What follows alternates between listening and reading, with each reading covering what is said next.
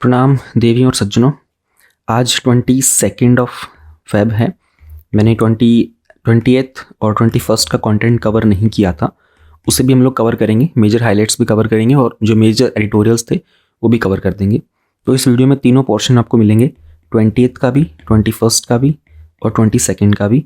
And जो हमारा ethics का PYQ चल रहा है 2017 का, वो भी आपको इस वीडियो में मिल जाएगा। तो स्टार्ट करते हैं हमारे 20th फेब के जो मेजर हाइलाइट्स थे ना उनको। Indians go west, take up residence by investment. तो एक रिसेंटली एक रिपोर्ट आई थी कि जो हाई नेट इंडिविजुअल्स होते हैं ना, बेसिकली वो लोग जिनके पास पैसा बहुत ज़्यादा होता है। और ये कौन होते हैं? जिनके पास $1 मिलियन से ज़्यादा का अमाउंट होता है या फिर 8.2 करोड़ से ऊपर का अमाउंट होता है, ये वो लोग होते हैं।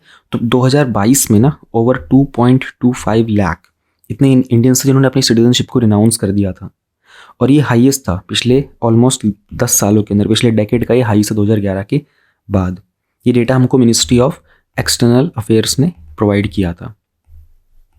अब हो क्या रहा है ना कि इसमें एक जो ऑप्शंस दिखाए जा रहे हैं, जैसे इसमें केस स्टडी भी दिखाई गई थी हल्की सी, किसी पर्सन के बारे में बताया गया था। कोई पंकज शर्मा है 50 साल की, वो 2019 में कनाडा गए थे क्योंकि उनकी वाइफ है पूजा टंडन, वो एक IT प्रोफेशनल है, उनको कनाडा में जॉब ऑफर हुई थी। तो along with his wife the person went to Canada. 2022 में इन्होंने वहाँ पर परमानेंट सिटीजनशिप के लिए अप्लाई भी कर दिया था। एंड आफ्टर 5 years उनकी जो कंडीशंस होंगी उसको फुलफिल करके इनको वहाँ की जो परमानेंट सिटीजनशिप होती है मिल जाएगी। कारण जो बताया गया था, उन्होंने कहा था कि जो प्राइमरी रीज़न था वो तो प्रोफेशनली था, लेकिन जब वो वहाँ गए तो उनको रियलाइज़ हुआ कि जो उनकी डॉटर जो थी ना, उसका एजुकेशन सिस्टम जब बार बार चेंज हो रहा था ना इस पर्टिकुलर एज में, तो उनको प्रॉब्लम हो रही थी, कभी इंडिया कभी बाहर। तो दे डिसाइडेड कि एक जगह टिक जाते हैं, इसलिए उन्होंने वहाँ पर परमानेंट रेजिडेंसी के लिए अप्लाई कर दिया। उन्होंने ये भी कहा था कि दिल्ली के एयर पोल्यूशन में ना उनकी जो डॉटर थी उसको बार बार चेस्ट इन्फेक्शन की कंप्लेन होती थी। But after they have move to Canada ना, उन्होंने ऐसे कोई कंप्लेन नहीं की उनकी डॉटर ने। तो ये रीज़न कुछ बताए गए थे। अब US भी जा रहे हैं लोग, पोर्तुगल जा रहे हैं, ऑस्ट्रेलिया, माल्टा, ग्रीस, बेटर अपॉर्चुनिटीज़ के लिए, अच्छी हेल्थ केयर, अच्छी क्वालिटी ऑफ लाइफ के लिए। तो इन सबको ही हाई नेट वर्थ इंडिविजुअल्स बताया गया था। जनरली वेस्टवर्ड इन्हीं कुछ फैसिलिटीज़ के कारण ये जा रहे हैं। अब हेनले का ग्लोबल सिटीजनशिप रिपोर्ट भी आती है, उसके अकॉर्डिंगली ना इंडिया में दिसंबर 2021 में there were 3.47 lakh high net worth individuals, और इसमें से 1.49 जो था ना वो सिर्फ 9 सिटीज़ में थे, यानी कि मुंबई, दिल्ली, कोलकाता, बेंगलुरु, हैदराबाद, पुणे, चेन्नई, गुरुग्राम एंड अहमदाबाद। अब ये डेटा जो है, इससे आप लोग क्या आइडिया लगा सकते हो कहाँ पर आपको इसमें वैल्यू एडिशन मिलेगा एग्जाम पॉइंट ऑफ व्यू से। एक तो किसी ऐसे में आप मेंशन कर सकते हो ये डेटा कि this many people have moved out of India since 2011। Second cheese, GS2 में ना आपका एक टॉपिक आता है, वहाँ पर हम लोग IR में इंडियन डायस्पोरा के बारे में बात करते हैं। वहाँ ये डेटा आप यूज़ कर सकते हो, हाई नेटवर्थ इंडिविजुअल्स के बारे में, how many people have moved out of India. इस तरीके से आप इसका इस्तेमाल कर सकते हो। आगे देखते हैं 20th फेब को इम्पॉर्टेंट क्या था हमारा न्यूज़ में। हाँ, एक ये न्यूज़ आई थी, Telangana's Teja chilli is hot property in many nations. तो एक पॉपुलर डिमांड रही है, ये एक लाल मिर्च है, इसको तेजा मिर्च बोलते हैं। आप लोगों ने नाम सुना भी होगा अक्सर तेजा मिर्च का, आप लोगों ने कंज्यूम भी की होगी। तो ये बहुत पॉपुलर है खाने पीने के लिए, मेडिसिन वगैरह के लिए, इसके अलावा दूसरे भी इसके बहुत सारे इस्तेमाल किए जाते हैं। तो एक टाउन है वहाँ पर, खम्मन डिस्ट्रिक्ट है ना, वो लार्जेस्ट प्रोड्यूसर है तेजा वैरायटी का, रेड चिली का, एंड ये लीडिंग एक्सपोर्टर भी है। तो ये सिर्फ इसके कलिनरी पर्पज़ के लिए ही नहीं जाना जाता, बल्कि इसमें वो भी बहुत सारे, एक्चुअल में जो पेपर स्प्रे होता है ना, जो गर्ल्स यूज़ करती है मोस्टली प्रोटेक्शन के लिए, और अदर केसेस में छोटे बच्चों को भी दिया जाता है पेपर स्प्रे का इस्तेमाल कैसे करना होता है, उसमें भी तेजा मिर्च का इस्तेमाल ही किया जाता है। तो जो तेजा की वैरायटी होती है इसको हम लोग चाइना में, बांग्लादेश में, बाकी साउथ एशियन कंट्रीज़ में भी एक्सपोर्ट करते हैं, और ये खमन से ही जाती है मोस्टली। और जब ये एशियन साइड में जाती है तो चेन्नई पोर्ट से इसको एक्सपोर्ट करते हैं। तो एक्सपोर्ट जो है तेजा वैरायटी का ये ग्रो करेगा 2000 करोड़ पर एनम से 2500 करोड़ नेक्स्ट ईयर तक। ये खमन एग्रीकल्चर मार्केट के सेक्रेटरी ने रिसेंटली बताया था। तो बस इसके बारे में थोड़ा पता होना चाहिए कि तेजा चिली जो है वो तेलंगाना में पाई जाती है। तो T2T ऐसे आप थोड़ा शॉर्टकट में कुछ निमोनिक अपना क्रिएट कर सकते हो। इस तरह के फूड आइटम्स के ऊपर प्रीलिम्स के क्वेश्चन बनने के चांसेस ज़्यादा होते हैं। इसमें मेंस पॉइंट ऑफ व्यू से आपको ज़्यादा कुछ नहीं मिलेगा। नाउ मूविंग फर्दर अहेड, हम लोग ये वाला एडिटोरियल देखेंगे, the curious case of disqualification, and इसके अलावा ये बाकी सभी पॉलिटिक्स वाले थे। तो इनको तो करना ही नहीं है. Now we have this thing, a 27% increase in the organ transplant numbers. तो 15,000 नंबर ऑफ ऑर्गन ट्रांसप्लांट हुए थे 2022 में. ये हमारे जो हेल्थ सेक्रेटरी हैं राजेश भूषण जी, उन्होंने ये डेटा प्रोवाइड किया था और उन्होंने कहा था कि इसमें एनुअली 27% का इंक्रीमेंट भी देखने को मिला था. तो कंट्री के अंदर इस चीज़ को हम लोग कैसे फर्दर यूज़ कर सकते हैं, क्या ऑर्गन ट्रांसप्लांट वायबल है, लीगल है, इन सब के बारे में कोई अगर प्रॉपर डेटा एडिटोरियल आएगा तो वो भी कवर करेंगे. बट सिंस ये हमारे हेल्थ सेक्रेटरी की तरफ से डेटा आया है, तो even noting down this much data is also going to be very very helpful for you. तो इसका भी आप ध्यान रख सकते हो.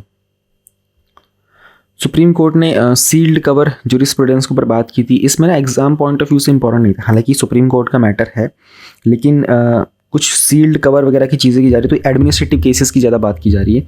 इसमें आपको बहुत हद तक ये ना जुडिशियल एग्जाम्स जो होते हैं ना, उनके लिए ज़्यादा इंपॉर्टेंट है ये वाला एडिटोरियल.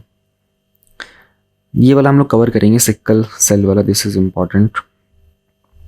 देन इस 20th Feb वाले में हमारे पास insurance plan for NRIs not necessary, हमें नहीं चाहिए ये. हाँ, एक्चुअली 20th Feb में इतना ही था. बाकी जो ब्लिंकन जो कि स्टेट सेक्रेटरी हैं US के, और वैंगी, उन्होंने कुछ एक्यूजेशंस के ऊपर बात की थी आपस में एक दूसरे पर, स्पाई बलून को लेकर के. तो ऑफिशियल्स पहली बार मिले थे आफ्टर दिस इंसिडेंट, एंड उन्होंने देखा था कि फ्यूचर में इस तरह की चीज़ें ना हो. अच्छा, एक चीज़ और है, हालांकि इतना भी इंपॉर्टेंट नहीं है, बट जस्ट बता देता हूँ. जैसे ट्विटर ने कहा था ना कि जिन लोगों का ब्लू टिक लगता है ट्विटर पर, उस पर वो कुछ पर्टिकुलर अमाउंट चार्ज करेगा, जिनको भी ब्लू टिक चाहिए. तो वैसे ही मेटा यानी कि फेसबुक जो है, वो भी इस चीज़ को रोल आउट कर रहा है कि उनका फेसबुक पर और इंस्टाग्राम पर जिन लोगों का ब्लू टिक होता है ना, फेसबुक एंड इंस्टा पर, तो ब्लू टिक तो प्रोवाइड कर देगा, लेकिन वो ये बोल रहा है कि इसको रखने के लिए, कंटिन्यू करने के लिए आपको कुछ पर्टिकुलर अमाउंट भी पे करना पड़ेगा. तो right now they are thinking of something about $12 के आसपास. तो अगर आप देखोगे कितना बनेगा $12, $1 अगर अभी राइट नाउ 80 का प्राइस मान के चलते हैं, तो 12 × 80 आप कर लो, तो ये ऑलमोस्ट 960 रुपीज़ पर मंथ के हिसाब से बनेगा. तो कह सकते हो कि साल में शायद 11 से 12,000 रुपये उनको देने पड़ेंगे to keep the blue tick. तो ये 20th Feb का मेन था. कुछ एक दो जो एडिटोरियल थे उनको भी कवर कर लेते. हमारे पास ये टॉपिक था, how is India addressing the sickle cell anaemia, what is the finance minister announced with respect to eliminating sickle cell disease, is the genetic blood disorder more common in tribal communities, is there a cure. जानने की कोशिश करते हैं. तो इस बार का जो budget था ना, उसमें सिकल सेल एनीमिया के बारे में ना कुछ मेंशन किया गया था. फाइनेंस मिनिस्टर ने क्या कहा था कि गवर्नमेंट एक मिशन मोड पे काम करेगी और 2047 तक हम लोग इस कंडीशन को प्रॉपरली एलिमिनेट कर देंगे. इंडिया वर्ल्ड में सेकंड वर्स्ट अफेक्टेड कंट्री है with respect to these sickle cell anaemia, और खास करके जो प्रेडिक्टेड बर्थ्स होते हैं ना इसके साथ, उसमें यानी कि क्या चांसेस होते हैं कि इस कंडीशन के साथ किसी बच्चे का जन्म होगा. इस मामले में इंडिया काफ़ी आगे है, काउंट्स ज़्यादा है हमारे यहाँ पर. अब हमें पहले यही समझना होगा कि सिकल सेल एनीमिया होता क्या है. हीमोग्लोबिन का काम क्या होता है हमारी बॉडी के अंदर, ऑक्सीजन को कैरी करना to different parts of the body. Haemoglobin के ना 4 प्रोटीन के सब यूनिट्स होते हैं, जिसमें 2 अल्फा होते हैं और 2 बीटा होते हैं. कुछ लोगों में जो म्यूटेशन का मतलब था sudden change that is happening in the genetic structure. Mutation जो होते हैं ना जीन के अंदर, उसके कारण जो बीटा सब यूनिट होते हैं, अब 2 बीटा थे ना, तो 2 बीटा सब यूनिट जो होते हैं ना, ये इम्पैक्ट करते हैं हमारे ब्लड सेल के शेप को. यानी कि जो शुरुआत हुई थी वो म्यूटेशन के कारण हुई थी. किसी तरीके से म्यूटेशन हुआ, जो प्रोटीन के 2 बीटा सब यूनिट्स थे, उन्होंने क्या किया, ब्लड सेल के साइज को, शेप को चेंज करना स्टार्ट कर दिया और डिस्टॉर्ट करके उसको सिकल लाइक बना देते हैं. सिकल मतलब होता है जैसे कि समथिंग लाइक दिस, ऐसा कुछ शेप कर देते हैं उसको. ठीक है, मान लो गोल अगर होता है ना, तो उसको ऐसे शेप में ले आते हैं, समथिंग लाइक दिस, ऐसा कुछ कर देते हैं, उसको सिकल शेप बना देते हैं. ये बीटा सब यूनिट के कारण होता है. तो ये जो राउंड ब्लड सेल था ना, वो तो बहुत इजीली ब्लड में मूव कर पाता था through the blood vessels because of shape. लेकिन जो सिकल रेड ब्लड सेल्स होते हैं ना, वो स्लो, उनकी मूवमेंट स्लो हो जाती है और ये ब्लड के फ्लो को ब्लॉक भी कर देते हैं. मोर ओवर जो सिकल सेल्स होता है ना, ये इनकी डेथ भी अर्ली हो जाती है. इसके कारण बॉडी के अंदर ना RBCs की भी शॉर्टेज हो जाती है. RBC की शॉर्टेज हो जाएगी यानी कि हीमोग्लोबिन की शॉर्टेज. हीमोग्लोबिन की शॉर्टेज यानी कि बॉडी के अंदर ऑक्सीजन की डिप्रीवेशन हो जाएगा. All these obstruction and shortages के कारण क्रॉनिक एनीमिया हो जाता है. एनीमिया का मतलब भी क्या है, खून की कमी होती है, पेन भी होता है, फटीग, थकावट होती है, चेस्ट सिंड्रोम्स हो जाते हैं, स्ट्रोक हो जाता है और भी दूसरे हेल्थ कॉम्प्लिकेशंस हो जाते हैं. तो बिना किसी ट्रीटमेंट के जो बहुत सारी जो प्रॉब्लम आने लग जाती है एंड फेटल भी हो सकता है इन द इनिशियल। फेटल मतलब होता है जिसके कारण डेथ भी हो सकती है। तो क्या ये जो सिकल सेल एनीमिया होता है ये सिर्फ कुछ लोगों को अफेक्ट करता है? तो अभी कुछ रिसर्च से पता चला था कि ये जनरली ना उन लोगों में है जो कि ग्लोबिनोपैथीज होते हैं, यानी कि जिन लोगों को ब्लड का कोई डिसऑर्डर होता है ना उसमें होता है। और उसके अलावा भी अगर कंपेयर करते हैं ट्राइबल्स एंड नॉन ट्राइबल्स को, तो ये ट्राइबल कम्युनिटीज़ में ज़्यादा प्रेवलेंट देखने को मिलता है। खासकर कि वो लोग उस एज वो लोग जो मलेरिया एंडेमिक एरिया में रहते हैं ना, वहाँ पर इसके देखने के चांसेस ज़्यादा मिलते हैं, वहाँ पर उनकी कम्युनिटीज़ में ज़्यादा प्रेवलेंट होता है ये। तो मिड 1940s की अगर हम लोग बात करते हैं, अब 1940s की आप देखोगे तो वर्ल्ड वॉर चल रहा था 1939 से 45 तक। इंडिया में we were planning somehow to get independent from the Britishers. तो उस ज़माने में डॉक्टर्स को पता चला था कि those people with sickle red blood cells they are more likely to survive malaria. जिनको ये सिकल सेल वाला इशू होता है ना, वो मलेरिया को तो आसानी से सर्वाइव कर जाते हैं। तो उन्होंने कहा था कि कुछ स्टेट देखने को मिले थे अफ्रीकन कंट्रीज़ में, एंड वो भी बहुत सारे जो लीथल फॉर्म्स ऑफ मलेरिया था ना उसके भी पोटेंशियली रेजिस्टेंट थे this people of this malaria, लेकिन मलेरिया के सर्वाइव कर पा रहे थे। तो जो सिकल सेल का जो ट्रेट आया था ना उसके कारण ना एक इवोल्यूशनरी एडवांटेज देखने को मिला था। खास करके उन लोगों के अंदर एक इम्यूनिटी डेवलप हो गई थी जो मलेरिया एपिडेमिक एरिया में रहते थे। भारत के राज्यों में यूनियन टेरिटरीज़ के अंदर जो ट्राइबल पॉपुलेशंस होती है ना उसके अंदर भी मलेरिया के केसेस बहुत ज़्यादा होते हैं। तो सिकल सेल एनीमिया को लेकर के ना ये चीज़ देखने को मिली थी उन लोगों में ज़्यादा पाया जाता है जो एंडोगेमी प्रैक्टिस करते हैं। एंडोगेमी का मतलब होता है, अब देखो ये बड़ा इंटरेस्टिंग टॉपिक बनता है। एंडोगेमी का मतलब होता है with in your own community. ठीक है, जब आप शादी करते हो ना अपनी खुद की कम्युनिटी के अंदर ही, और फॉर एग्जांपल कोई भी एक पर्टिकुलर कास्ट होती है ना, कास्ट टू कास्ट मैरिज होती है, और जनरली कास्ट वाला ही होता है, क्लैन वाला जो होता है। ठीक है, क्लैन मतलब कि जो गोत्रा सिस्टम होता है ना, अगर आप सेम गोत्रा वगैरह में करते हो, यानी कि आपका जो पेडिग्री चार्ट था ना, पेडिग्री बोलते हैं जो पूरा वो फैमिली चार्ट बनता है ना, मदर का, फादर का, फिर डॉटर वाला, आप उस पर्टिकुलर जीन स्ट्रक्चर में ही अगर करते हो ना तो वो जीन टू जीन ट्रांसफर हो रहा होता है, and this becomes a problem. Right, तो उन्होंने कहा था कि chances of having 2 parents with sickle cell trait is higher उस पर्टिकुलर तरीके से। तो और ना मैं आपको बताना, मैंने एक बार विजन वाला एक टॉपिक जो था सोशल इश्यूज़ का, चाइल्ड मैरिज का, और उसमें कुछ तो था मैरिज वाला टॉपिक, मैंने वहाँ पर बहुत अच्छे से एक्सप्लेन किया था कि जो गोत्रा सिस्टम होता है ये क्या होता है।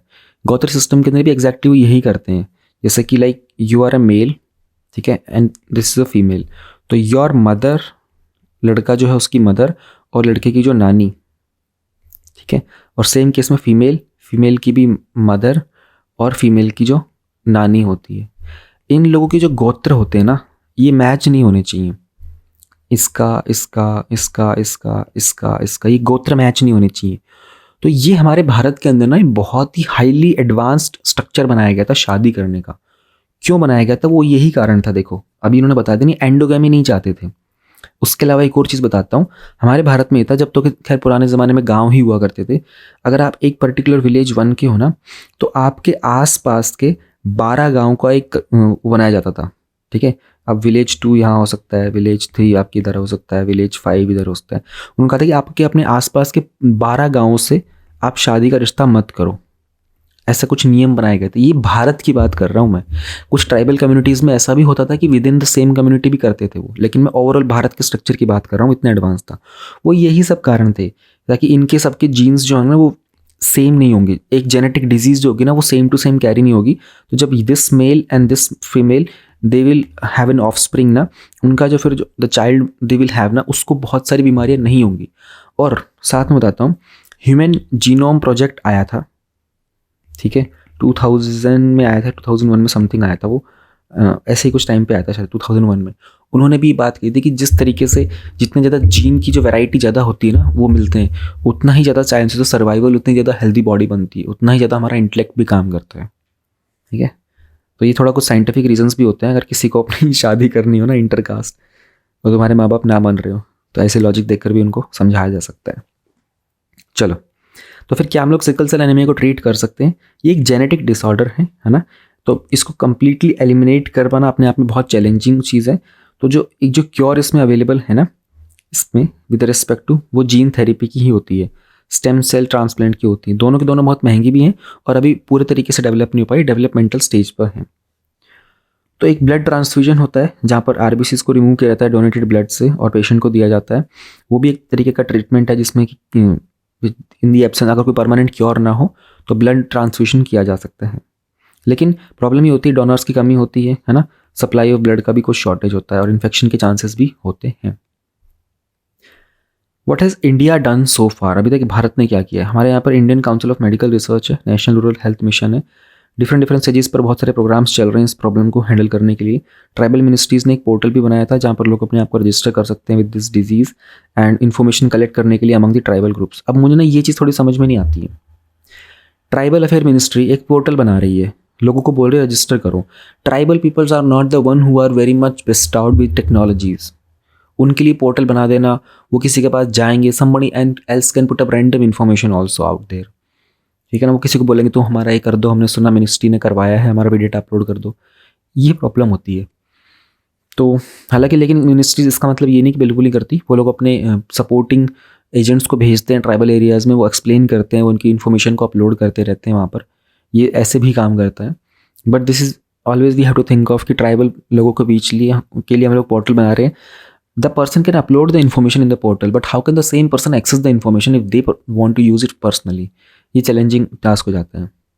बजट में भी हम लोगों ने बात की थी, कुछ स्पेशल कार्ड दिए जाएंगे ट्राइबल लोगों को जिनकी उम्र 40 से कम होती है। कार्ड की कैटेगरीज होंगी, स्क्रीनिंग के रिजल्ट्स पर डिपेंड करेगा।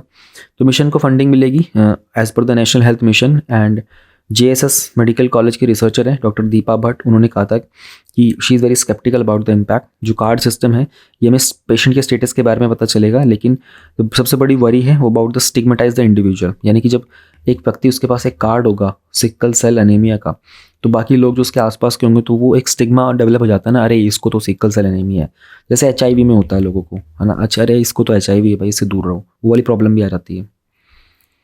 तो आई थिंक काफ़ी अच्छे से समझ लिया हम लोगों ने सिकल सेल एनीमिया को। We have this editorial, the curious case of disqualification of a politician. इसे लिखा है MR माधवन जी ने, ये प्रेसिडेंट है PR लेजिस्लेटिव रिसर्च के फ्रॉम द न्यू दिल्ली। तो रिसेंटली एक इंसिडेंट हुआ था, ठीक है, क्या हुआ था उसको देखते हैं। केरला के हाई कोर्ट ने ना जनवरी में एक कावरत्ती डिस्ट्रिक्ट, कावरत्ती कहाँ पे है, लक्षद्वीप की कैपिटल है, ठीक है, कावरत्ती डिस्ट्रिक्ट का, और सेशन कोर्ट जो थे, ठीक है, तो वहाँ पर कोई मर्डर केस का एक अटेम्प्ट किया गया था एक MP के द्वारा। लक्षद्वीप के MP थे जो कि नेशनल कांग्रेस पार्टी के लीडर हैं मोहम्मद फैजल। उनको 10 साल की सज़ा दी गई थी, ठीक है। उस 10 साल की सज़ा का जो वर्डिक्ट पास दिया गया था ना, उसको केरला के हाई कोर्ट ने सस्पेंड कर दिया, ठीक है। अब आपको ये देखना पड़ेगा, जैसे ये इंडिया का मैप है, दिस इज़ केरला, ऑलराइट, और यहाँ पर है हमारा लक्षद्वीप। लक्षद्वीप के पास अपना खुद का कोई हाई कोर्ट नहीं है, तो लक्षद्वीप के पास अपने सेशंस कोर्ट होते हैं, ठीक है। लक्षद्वीप के पास अपने डिस्ट्रिक्ट कोर्ट्स भी होते हैं। इनका जो फाइनल जो इनका इंटीग्रेटेड जो जुडिशरी होते हैं ना, उसमें जो हाई कोर्ट होता है उसका एक्सेस मिलता है इनको केरला से। एक्चुअल में लक्षद्वीप के अंदर जो लैंग्वेज बोली जाती है ना, वो भी मलयालम ही है, ठीक है, और केरला में भी मलयालम ज़्यादा बोली जाती है। तो इन लोगों को हाई कोर्ट भी प्रोवाइड किया हुआ है केरला वाला। हमारे यहाँ पर इंटीग्रेटेड हाई कोर्ट का सिस्टम भी होता है ना, जैसे बॉम्बे वाला जो हाई कोर्ट है हमारा, इधर बॉम्बे वाला हाई कोर्ट है, वो गोवा वाले भी बॉम्बे हाई कोर्ट में जाते हैं, गोवा के पास अपना कोई कोर्ट नहीं होता। And then this Daman and Diu, ठीक है, दादरा एंड नागर हवेली, इन लोगों का भी जो हाई कोर्ट होता है बॉम्बे हाई कोर्ट ही होता है। तो केरला के हाई कोर्ट ने कावरत्ती के सेशन का कोर्ट का डिस्ट्रिक्ट कोर्ट का जो था, उन्होंने 10 साल के लिए इसको सजा दी थी, उस पर्टिकुलर को वर्डिक्ट को उन्होंने सस्पेंड कर दिया।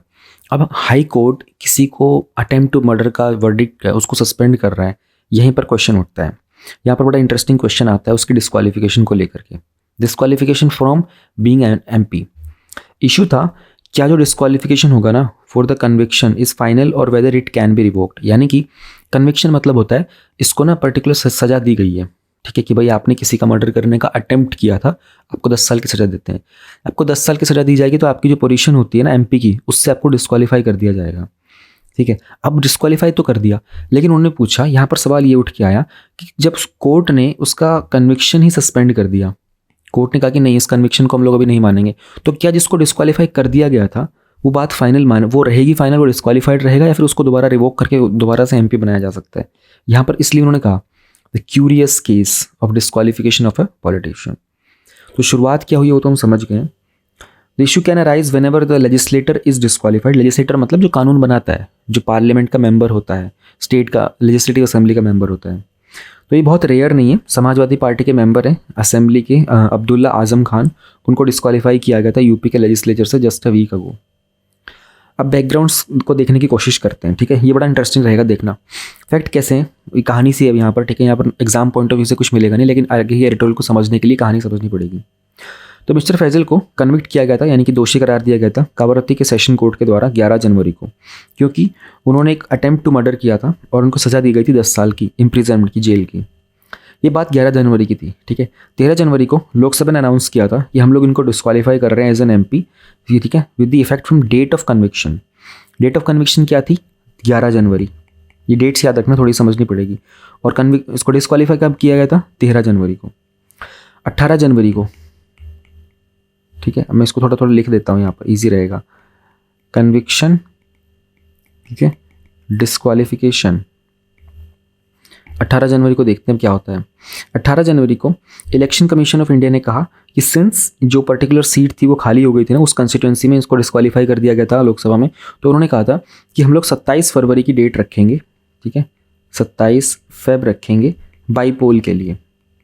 बाई पोल का मतलब ये होता है कि कोई पर्टिकुलर सीट इलेक्शन हो जाती है ना, बाई इलेक्शन करते हैं, तो उसके लिए वहाँ पर पर्टिकुलर वोटिंग कराई जाती है, ठीक है। और उसकी फॉर्मल नोटिफिकेशन हम लोग डालेंगे 31 जनवरी को। 31 जन को फॉर्मल नोटिफिकेशन, और यहाँ पर ECI ने डिक्लेयर किया था, ठीक है। अब मिस्टर फैजल ने अपील किया केरला के हाई कोर्ट में, स्टे लगवाया जाए उनके कन्विक्शन पर, एंड हाई कोर्ट ने सस्पेंड कर दिया था इस चीज़ को 25 जनवरी को, ठीक है। अब देखो मैं 25 जनवरी का भी तो लिखूँ यहाँ पे, ये डेट्स में इसलिए लिख रहा हूँ आपको पूरा का पूरा एडिटोरियल समझने में ना आसानी हो जाएगी। केरला हाई कोर्ट ने सस्पेंड किया था ऑर्डर। फिर क्या था? 31 जैन था। 31 जैन की क्या रखी थी?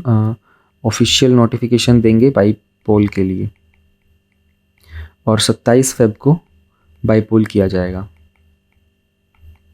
ठीक है। ये सारी डेट थी। अब हाई कोर्ट ने कहा कॉन्सिक्वेंसेस क्या हो सकते हैं ऑफ नॉट सस्पेंडिंग द कन्विकेशन। उन्होंने कहा कि अगर हम लोग सस्पेंड ना करते, आपने इसको सजा दे दी, डिस्क्वालीफाई हो जाता, 10 साल जेल में जाता, कि उन्होंने कहा था ये सिर्फ ड्रास्टिक मिस्टर फैजल के लिए नहीं होता बल्कि नेशन के लिए होते हैं। कैसे? उन्होंने कहा था कि जो कॉस्ट होती है ना किसी पार्लियामेंट्री इलेक्शन की, वो पूरे नेशन के द्वारा जाती है, यानी कि खर्चा कौन करता है? जैसे मैं हूँ, मेरा भी कहीं ना कहीं पैसा जा रहा है, उसमें कुछ पर्टिकुलर अमाउंट जा रहा होता है, पूरे देश को बहुत सारी डेवलपमेंटल एक्टिविटीज़ से वो पैसा निकाला जाता है ना। तो लक्षद्वीप के अंदर ये एक्टिविटीज़ वगैरह भी रुक जाती कुछ वीक्स के लिए, बहुत सारा पैसा वहाँ पे लगता है। उन्होंने कहा ये जो इलेक्टेड कैंडिडेट था ना, इसके पास सिर्फ 15 महीने हैं फंक्शन करने के लिए, उसके बाद फिर करंट जो लोकसभा का टेन्योर है ना वो खत्म हो जाएगा, क्योंकि 2024 में हमारे जनरल इलेक्शन से दोबारा से हमारे प्रधानमंत्री को चुना जाएगा। उन्होंने कहा ये कुछ एक्सेप्शनल और इरिवर्सिबल कॉन्सिक्वेंसेज हैं, इसके कारण हम लोगों ने इसके कन्विक्शन को सस्पेंड कर दिया है until the disposal of the appeal. अब ये अपील वाली चीज़ याद रखना, क्योंकि उस पर्सन ने अपील की थी ना, कहाँ गया, कितने गया, ये रहा, उन्होंने अपील की थी।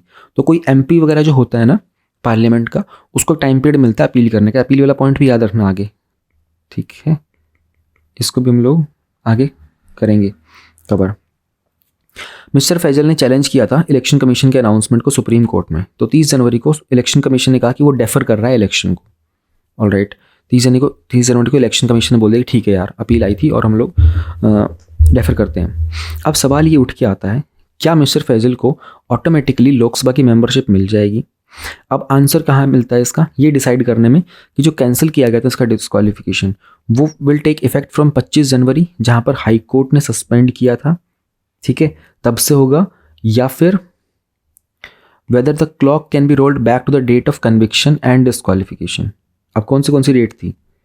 11 जनवरी से उसको कन्विक्शन किया गया था, 13 जनवरी को डिस्क्वालीफाई किया गया था, 25 जनवरी को केरला हाईकोर्ट ने सस्पेंड किया था। इस पर सवाल उठ रहा है कि जब कन्विक्ट किया गया था तब से उसको दोबारा से रिज्यूम, उसकी डेट पर मानोगे रिज्यूम्ड, या 13 जनवरी पर उसको रिज्यूम्ड मानोगे, या 25 जनवरी पर उसको रिज्यूम्ड मानोगे? 25 जनवरी के बाद फिर वो भी आया था ना, अपना बजट भी आया था, इकोनॉमिक सर्वे भी आया था, इसलिए बड़ा एक क्यूरियस केस बनता है। अब कुछ स्पेसिफिक प्रोविजंस हैं डिस्क्वालिफिकेशन को लेके हमारे आर्टिकल 102 में, वो एक स्पेसिफाई करता है एक पर्सन को आप डिस्क्वालीफाई कर सकते हो to become the member of Parliament कुछ कंडीशंस के तहत, जैसे कि अगर उसने ऑफिस ऑफ प्रॉफिट ले लिया हो, अनसाउंड माइंड का हो, इंसॉल्वेंट हो गया हो, या फिर भारत का सिटीजन नागरिक न रहा हो। प्लस में पार्लियामेंट के पास अथॉरिटी होती है कि उस तरह के कुछ कानून बना सकता है जो इस डिस्क्वालिफिकेशन के कंडीशंस पे काम करेंगे। इसके अलावा भी to become the member of state legislature, बहुत सारे जैसे पार्लियामेंट में होते हैं सेम लेवल की चीज़ें स्टेट के लेजिस्लेचर पर भी अवेलेबल होती हैं। हमारा जो रोपा है representation of the people act 1951, उसमें भी बताया गया है कि एक पर्सन को डिस्क्वालीफाई कर सकते हैं अगर उसका कन्विक्शन हो जाता है तो, और उसको 2 या फिर 2 से ज़्यादा समय की सज़ा मिलती है तो। अब इस केस में यही हुआ था, कन्विक्शन भी हो गया था 11 तारीख को, ठीक है, और 10 साल की सज़ा मिली थी, यानी कि 2 साल से ज़्यादा की, तो एज़ पर दी RPA उसको डिस्क्वालीफाई कर दिया जाएगा, यानी कि उसकी जो मेंबरशिप होगी उसे छीन ली जाएगी। पर्सन अगर डिस्क्वालीफाई होता है ना for the period of imprisonment and further 6 साल तक, यानी कि अगर उसको जब 2 साल से ऊपर का होता है ना तो उसको 6 साल के लिए बैन कर देते हैं, ठीक है, और मतलब 10 साल के लिए तो जब तक वो जेल में रहेगा तब तक, ठीक है, और उसके बाद 6 साल फर्दर, यानी कि टोटल ये पर्सन अगर हो जाता ना तो 16 साल तक ये MP नहीं बन सकता था। फिर उन्होंने कहा लेकिन यहाँ पर ना एक एक्सेप्शन होती है तो सिटिंग मेंबर्स के लिए, यानी कि जो सिटिंग मेंबर्स होते हैं ना उनको जो डेट ऑफ कन्विक्शन होती है ना उसके बाद 3 महीने तक का एक अपील पीरियड मिलता है। मैंने कहा था ना यहाँ पर अपील की बात की जा रही थी कि एक्सेप्शनल केसेस हैं और कन्विक्शन को सस्पेंड कर दिया गया है अंटिल जब तक इसकी अपील डिस्पोज नहीं हो जाती तब तक। तो क्या मिलता है, जो डिस्क्वालिफिकेशन होता है ना वो तब तक एप्लीकेबल नहीं होगा जब तक उसकी अपील डिसाइड नहीं की जाती, तो 3 महीने तक वो अपील का टाइम पीरियड मिलता है, ठीक है। अब इसमें एक डिफरेंशियल ट्रीटमेंट होता है उन कैंडिडेट्स का इलेक्शंस के लिए एंड सिटिंग मेंबर्स का। इस बात को ही चैलेंज किया गया था अंडर द आर्टिकल 14, भाई सबको इक्वलिटी मिलनी चाहिए ना, ये क्या स्पेशल प्रिविलेज दे रखा है आप लोगों ने। 2005 में कॉन्स्टिट्यूशन का जो बेंच था ना सुप्रीम कोर्ट का, उन्होंने 2005 में डिसाइड किया था एक केस में K प्रभाकरम वर्सेस P जयारंजन में। उन्होंने कहा था कि एक व्यक्ति जो कंटेस्ट कर रहा है यानी कि जो इलेक्शन लड़ रहा है उसमें, और एक व्यक्ति जो ऑलरेडी एक मेंबर था और फिर वो इलेक्शन लड़ रहा है, उनका दोनों के दोनों केसेस बहुत डिफरेंट है। जो पर्सन ऑलरेडी सिटिंग मेंबर होता है ना वो पार्टी की स्ट्रेंथ होता है ना, और उसके कारण पार्टी की स्ट्रेंथ में भी बदलाव आएगा। इसके कारण हमारी गवर्नमेंट के ऊपर एक इम्पैक्ट जा सकता है, खास करके जब उसको कम मेजॉरिटी होती है। और उन्होंने कहा था कि इसके बहुत हाई चांस होते हैं कि बाई इलेक्शन हो जाएगा। तो उन्होंने कहा था ये दोनों कैटेगरीज जो है ना ये अलग अलग है, इसलिए इनको अलग अलग तरीके से ट्रीट किया जाएगा। कोर्ट ने ये भी कंसिडर किया था कि whether in the case of disqualified candidate, जो कि बाद में उसको एक्विट भी कर दिया गया था, एक्विट मतलब होता है निर्दोष साबित कर देना, कि डिस्क्वालीफाइड था लेकिन बाद में अगर उसको एक्विट कर देते हैं तो जो डिस्क्वालिफिकेशन होगा ना वो रिमूव होगा विद रेट्रोस्पेक्टिव इफेक्ट, यानी कि ये सेम केस इसकी बात कर रहे हैं, अगर सुप्रीम कोर्ट ने इसके डिस्क्वालिफिकेशन को रद्द कर दिया तो रेट्रोस्पेक्टिव इफेक्ट में जाएगा, यानी कि जिस दिन इसको डिस्क्वालीफाई किया गया था ना 13 जनवरी को, उस दिन से दोबारा से मेंबरशिप अपनी रीगेन कर लेगा। उन्होंने कहा था कि ये this could be done as, क्योंकि इसमें the result of the election to be would require the result of the election to be cancelled. तो ये प्रॉब्लम आती है कि अगर इलेक्शन हो जाते बाईपोल वाले और फिर बाद में पता चलता है कि नहीं ये तो डिस्क्वालीफाई तो कर दिया था और सज़ा भी दे दी गई थी, लेकिन ये तो क्या कहते हैं केस ही चेंज कर दिया गया है, यहाँ पर इसका कन्विक्शन को एक्विशन में चेंज कर दिया गया। इसलिए जो रिमूवल होता है ना, जब किसी डिस्क्वालीफाइड मेंबर को रिमूव करते हैं ना, तो इसमें फ्यूचर इलेक्शन क्या होने वाली इस बात के पर्सपेक्टिव को देखा जाता है। 2013 में एक 2 जज का बेंच था सुप्रीम कोर्ट का, उन्होंने भी कंसिडर किया था कि क्या ये जो एक्सेप्शन है ना ये कॉन्स्टिट्यूशनली इनवैलिड है। Again consider whether this exception was constitutionally invalid. और कौन सा केस था, lily Thomas versus union of India में। उन्होंने कहा था कि जो आर्टिकल 102 है ना, इससे पार्लियामेंट को पावर मिलती है, वो डिस्क्वालिफिकेशन के कानून बना सकता है एक पर्सन को लेकर के, for being chosen as and for being and member of either House of the Parliament. उन्होंने इंटरप्रेट किया था इस फ्रेज को और से ये निकल के आया था कि वेरएज जो पार्लियामेंट है ना वो कुछ कंडीशन स्पेसिफाई कर सकता है डिस्क्वालिफिकेशन की, और ये कंडीशंस अप्लाई होंगी इक्वली कैंडिडेट के ऊपर जो इलेक्शन लड़ रहा है उस पर भी, और जो सिटिंग मेंबर्स होते हैं उस पर भी। देयरफॉर जो एक्सेप्शन दी गई थी ना फॉर सिटिंग मेंबर्स ये अनकॉन्स्टिट्यूशनल थी। किसमें बताया गया था, लिली थॉमस केस में 2013 में। उन्होंने कहा कि भाई ये जो आप एक्सेप्शन दे रहे हो ना सिटिंग मेंबर को, कि सिटिंग मेंबर है और एक पर्सन जो कॉन्टेस्ट कर रहे हैं, दोनों अलग अलग बात है, ये प्रॉब्लम है, आप इसको अनकॉन्स्टिट्यूशनल ठहराओ। फिर जजमेंट आया था फर्दर, उसने कहा कि आर्टिकल 101 जो है ना, अगर जो मेंबर ऑफ पार्लियामेंट होता है उसको डिस्क्वालीफाई करते हैं अंडर आर्टिकल 102 तो his seat will become vacant. जाहिर सी बात है, इसलिए जो डिस्क्वालिफिकेशन होगा ये ऑटोमेटिक होगा और इमीडिएट इफेक्ट के साथ होगा एज पर दी आर्टिकल 102। अब इसके इम्प्लीकेशंस क्या होते हैं, तो क्या हो जाएगा अगर कन्विक्शन को सस्पेंड कर दिया, यानी कि सज़ा दी गई थी, उसको पहले दोषी करार गया और अब उस दोषी करार करने वाले ऑर्डर को सस्पेंड कर दिया गया, यानी कि वो तो निर्दोष हो गया। फिर तो हुआ ये, नवजोत सिंह सिद्धू आप सब लोग जानते होंगे, कपिल शर्मा शो में आते थे, पंजाब की तरफ से बहुत पॉपुलर MP रहे हैं, एक ज़माने में क्रिकेटर भी थे। इनको कन्विक्ट किया गया था और इनको 3 साल का इम्प्रिजनमेंट हुआ था जब ये MP थे। ठीक है। तो इन्होंने क्या किया, इन्होंने अपनी सीट से रिज़ाइन कर दिया, लेकिन ये इलेक्शन कंटेस्ट करना चाहते थे और उन्होंने अपील किया था कि इनके कन्विक्शन पर स्टे लगाया जाए। ठीक है, सिमिलर सी स्टोरी दिखाई दे रही है। सुप्रीम कोर्ट ने स्टे लगा दिया इनके कन्विक्शन पर 2007 में। ऑलराइट, तो इसके कारण जो स्टे लगाते ही इनका जो डिस्क्वालिफिकेशन था वो भी रिमूव हो गया। कब तक? जब तक इनकी अपील के ऊपर कोई फाइनल डिसीजन नहीं ले रहा था। ऑलराइट, तो ये जो डिसीजन था ना, इसके ने अलाउ किया इनको फिर फर्दर कि आप इलेक्शन कर सकते हो। ये जो इशू था ये बाद में डिस्कस हुआ था लिली थॉमस केस में भी। ठीक है, जो जजमेंट थी उसने कहा था कि ये जो डिस्क्वालीफाइड पर्सन है ना, ये स्टे ले सकता है अपने खुद के कन्विक्शन पर। और उन्होंने 2007 के जजमेंट को भी कोट किया था, जो डिस्क्वालिफिकेशन होगा ना would be remove from the date of the stay order. Okay fine, तो अब क्या होगा, व्हाट हैपन्स नाउ? लक्षद्वीप की जो सीट है ना, इसको डिक्लेयर कर दिया गया था वेकेंट, लेकिन जो इलेक्शन कमीशन ऑफ इंडिया है ना, उसको जब स्टे ऑर्डर मिला तो उन्होंने कहा कि हम लोग इलेक्शन को डेफर कर रहे हैं, थोड़ा सा चेंज कर रहे हैं टाइम, बताएंगे। लोकसभा ने इस सीट को वेकेंट रखा है और उन्होंने अभी तक एमपी को रीइंस्टेट नहीं किया है। जो रीज़न था ना हाई कोर्ट का कि उन्होंने स्टे दिया था इसके ऊपर, वो था कि इस तरह के एक्सपेंसिव इलेक्शंस को अवॉइड किया जाए। सवाल ये उठता है कि जो रिमूवल हुआ था डिस्क्वालिफिकेशन का, क्या उसको वापस से सेम डेट पे ले जाया जा सकता है, लेकिन as if it never happened and the election avoided. मतलब जी 13 तारीख को उसको डिस्क्वालीफाई किया गया था, तो क्या हम लोग उसको दोबारा से 13 तारीख पर रीइंस्टेट कर देंगे और ये बोल देंगे कि ये पर्सन कभी डिस्क्वालीफाई हुआ ही नहीं था, ठीक है, और इलेक्शन को अवॉइड कर देंगे बिल्कुल ही?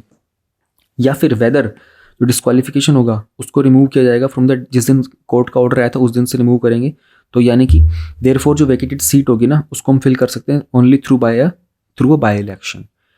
तो देखो वही बात हो गई, 13 तारीख को जब इस बंदे को रिमूव किया गया था, अगर वो कह रहे हैं कि 13 तारीख पर रीइंस्टेट कर दोगे तो फिर तो इलेक्शन की ज़रूरत ही नहीं पड़ेगी। लेकिन अगर आप बाद में करते हो, 25 जनवरी की डेट पर डिस्क्वालीफाई करते हो, मतलब ये सीट का वेकेंट टाइम पीरियड था, यानी कि आपको इलेक्शन कंडक्ट करने पड़ेंगे।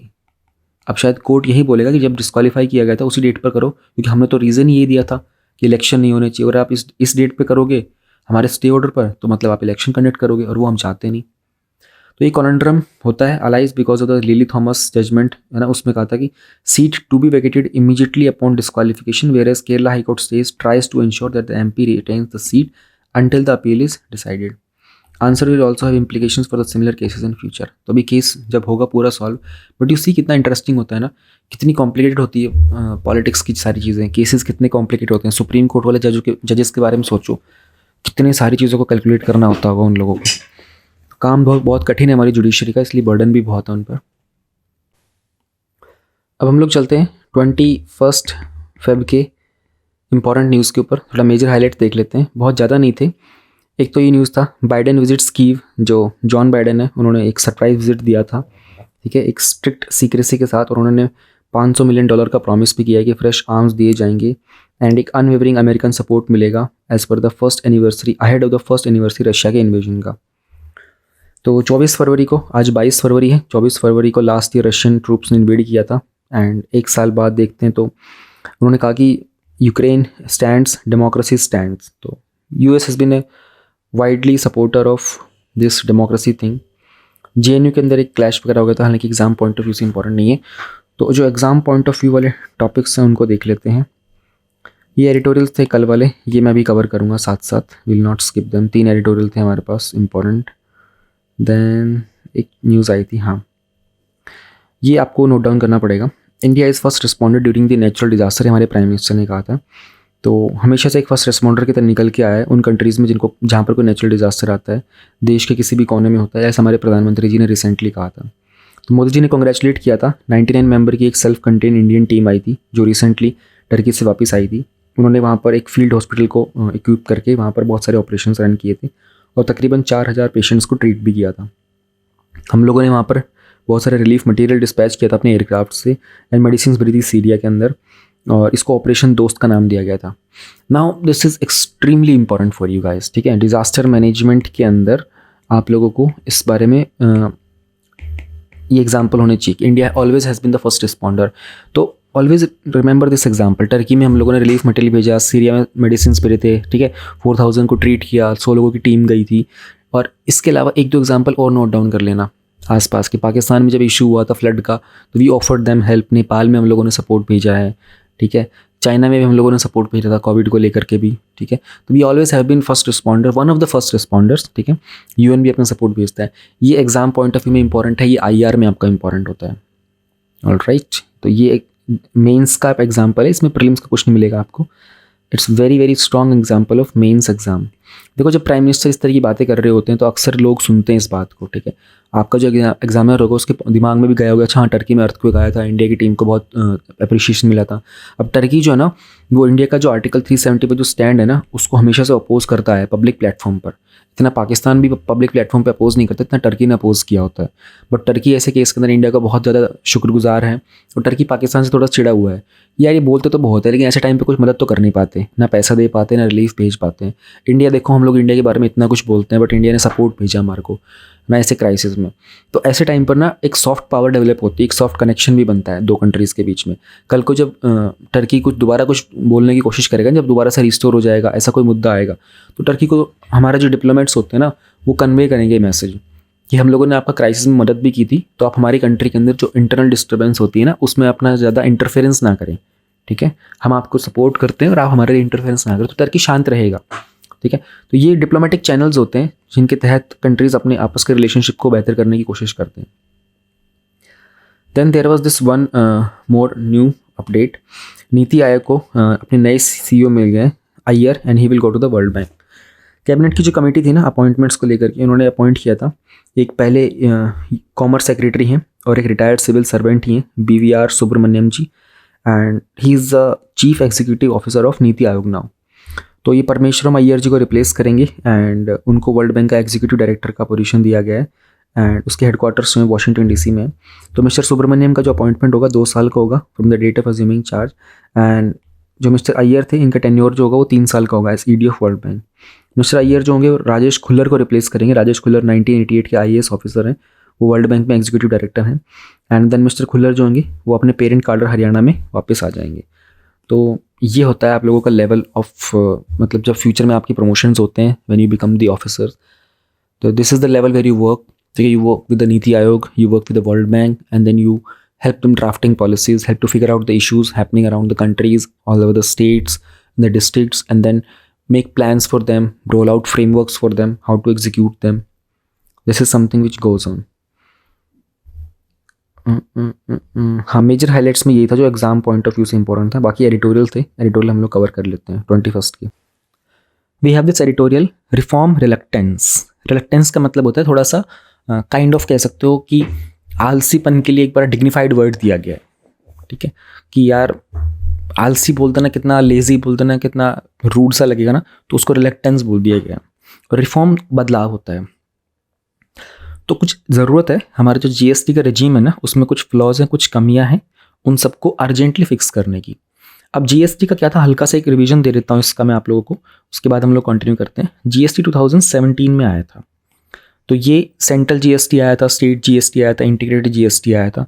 तो गुड्स एंड सर्विसेज टैक्स था, इसमें डिफरेंट स्लैब्स बनाए गए थे, 5%, 12%, 18%। तो पहले जो बहुत सारे टैक्सेस थे ना अलग अलग लेवल पर, उन सबको हटा करके एक सिंगल टैक्स ला दिया गया था। इसको लेकर के 2017 में हम लोगों ने अपना कॉन्स्टिट्यूशनल अमेंडमेंट भी किया था। तो एक हल्का सा आपको आइडिया होना चाहिए इसका बस। Meeting in person after nearly 8 months, जो GST का काउंसिल है ना उसने लास्ट सैटरडे को एक ब्रॉड कंसेंसस, मतलब एक सहमति पर पहुंचे थे कि एक GST का ना एपेलेट ट्रिब्यूनल बनाया जाएगा जो बहुत सारे टैक्स रेजिम्स के जो डिस्प्यूट थे ना 2017 ऑनवर्ड्स उनको सेटअप करने के लिए। अब ध्यान रहे कि GST काउंसिल ना एक कॉन्स्टिट्यूशनल बॉडी में काउंट होता है क्योंकि ये आर्टिकल के अंदर मेंशन किया गया है।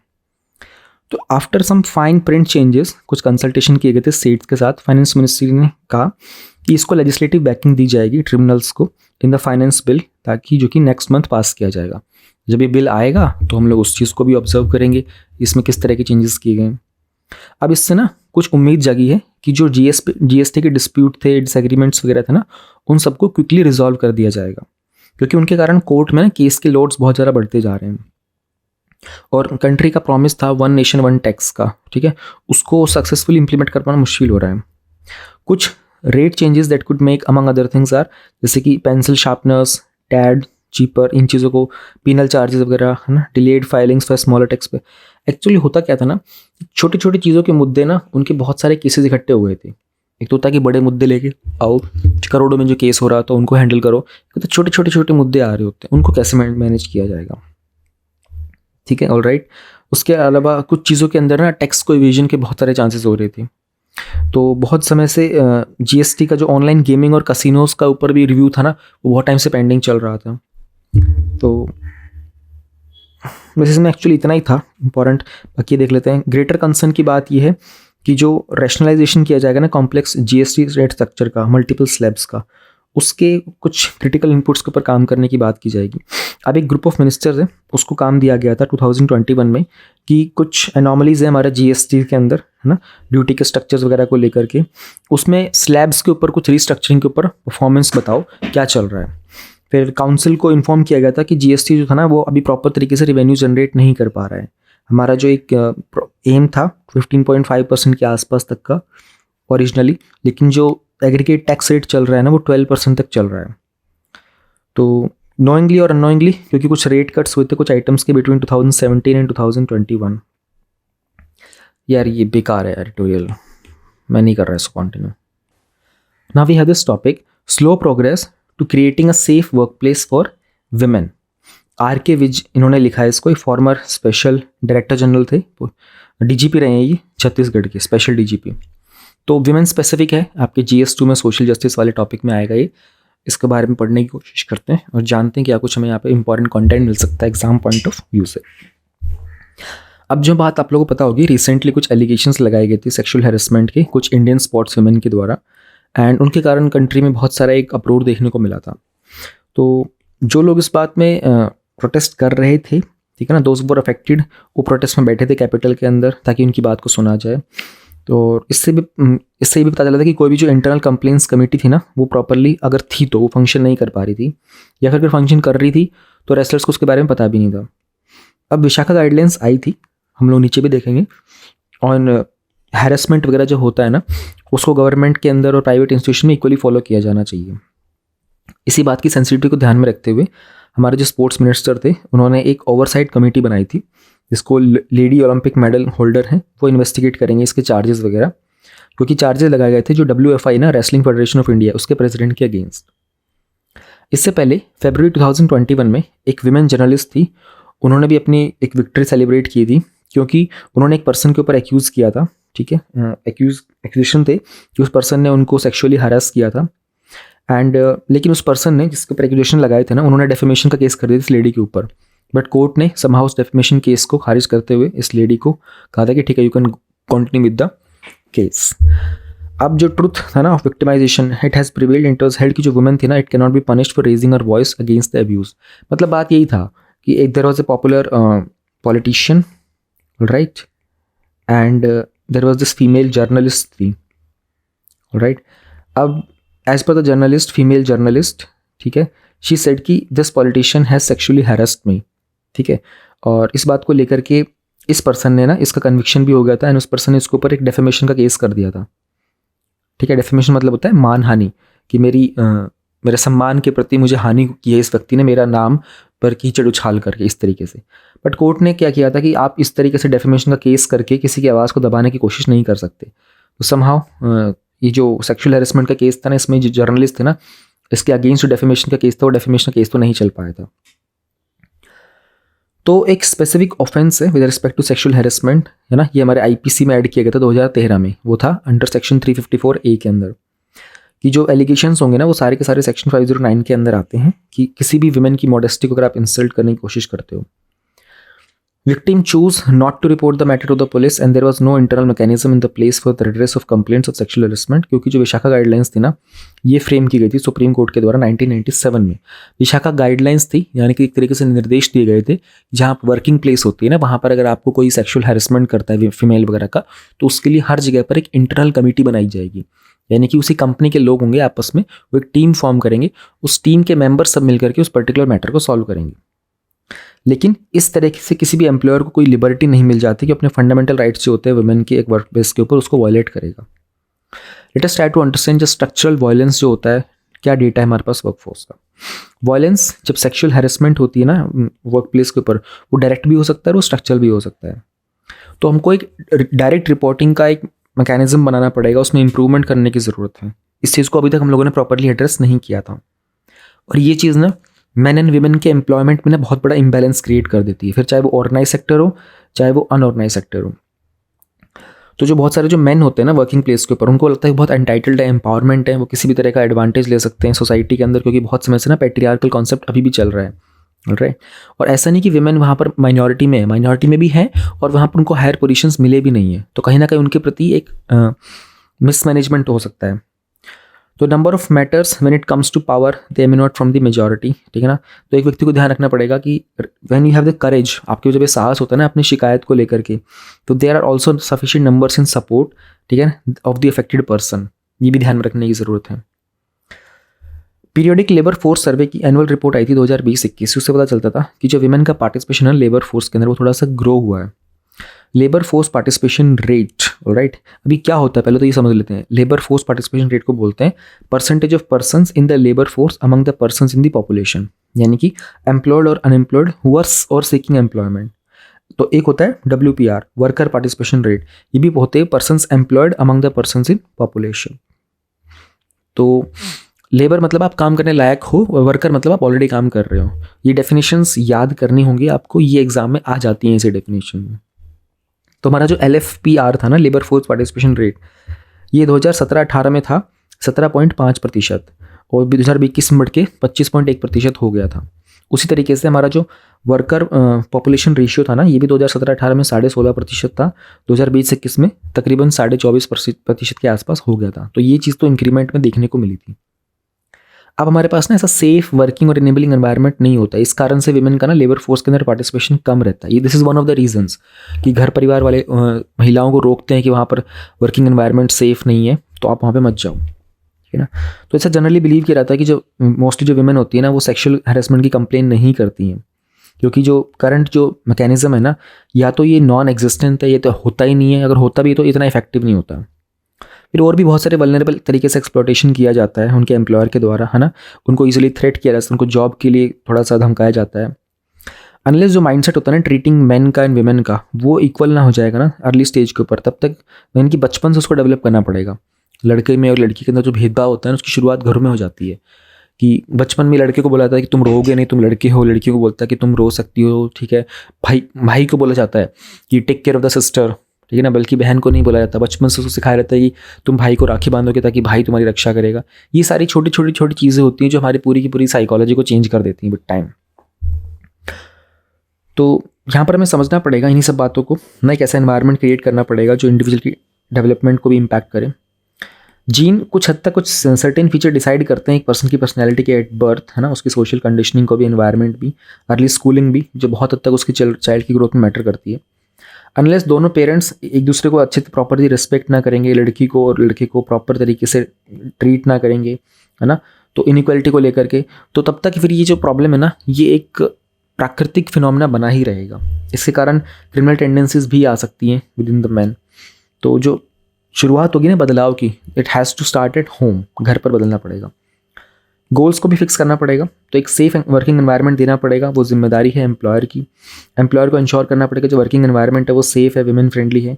हालांकि बहुत बार ऑब्जर्व किया कि जब भी एलिगेशंस लगते हैं ना सेक्सुअल हैरेसमेंट के, वो किसी सुपीरियर अथॉरिटी के अगेंस्ट होते हैं, तो उसकी इंक्वायरी की जगह जो भी इंक्वायरी वगैरह करनी होती है ना as per the sexual harassment act वगैरह के, जो एक्यूज होता है ना, वो कभी कभी मल्टीपल लिटिगेशन स्टार्ट कर देता है ड्यू प्रोसेस के अंदर, है। और जो विक्टिम होता है ना, उसको एक तरीके से घुमाने फिराने की कोशिश करता है ना, उसको बहकाने की कोशिश करता है, डिस्ट्रीब्यूट करने की कोशिश करता है, क्योंकि वो हायर अथॉरिटी में होता है, उसके पास कहीं ना कहीं पावर होती है, मसल पावर भी होती है, मनी पावर भी होती है। सिचुएशन और भी कॉम्प्लेक्स हो जाती है जब एक्यूज खुद को अपने आप को किसी अफेयर्स में पाता है ना। तो बहुत एसेंशियल है इन गोल्स को फिक्स कर पाना, ताकि जो वर्क प्लेस होता है उसको बेहतर किया जा सके। शॉर्ट टर्म के गोल्स होते हैं, उसमें हम लोग विमेन फ्रेंडली इंफ्रास्ट्रक्चर प्रोवाइड कर सकते हैं, कॉन्स्टिट्यूशन हम इंटरनल कंप्लेंट्स कमेटी बना सकते हैं, aware we can spread awareness, है ना।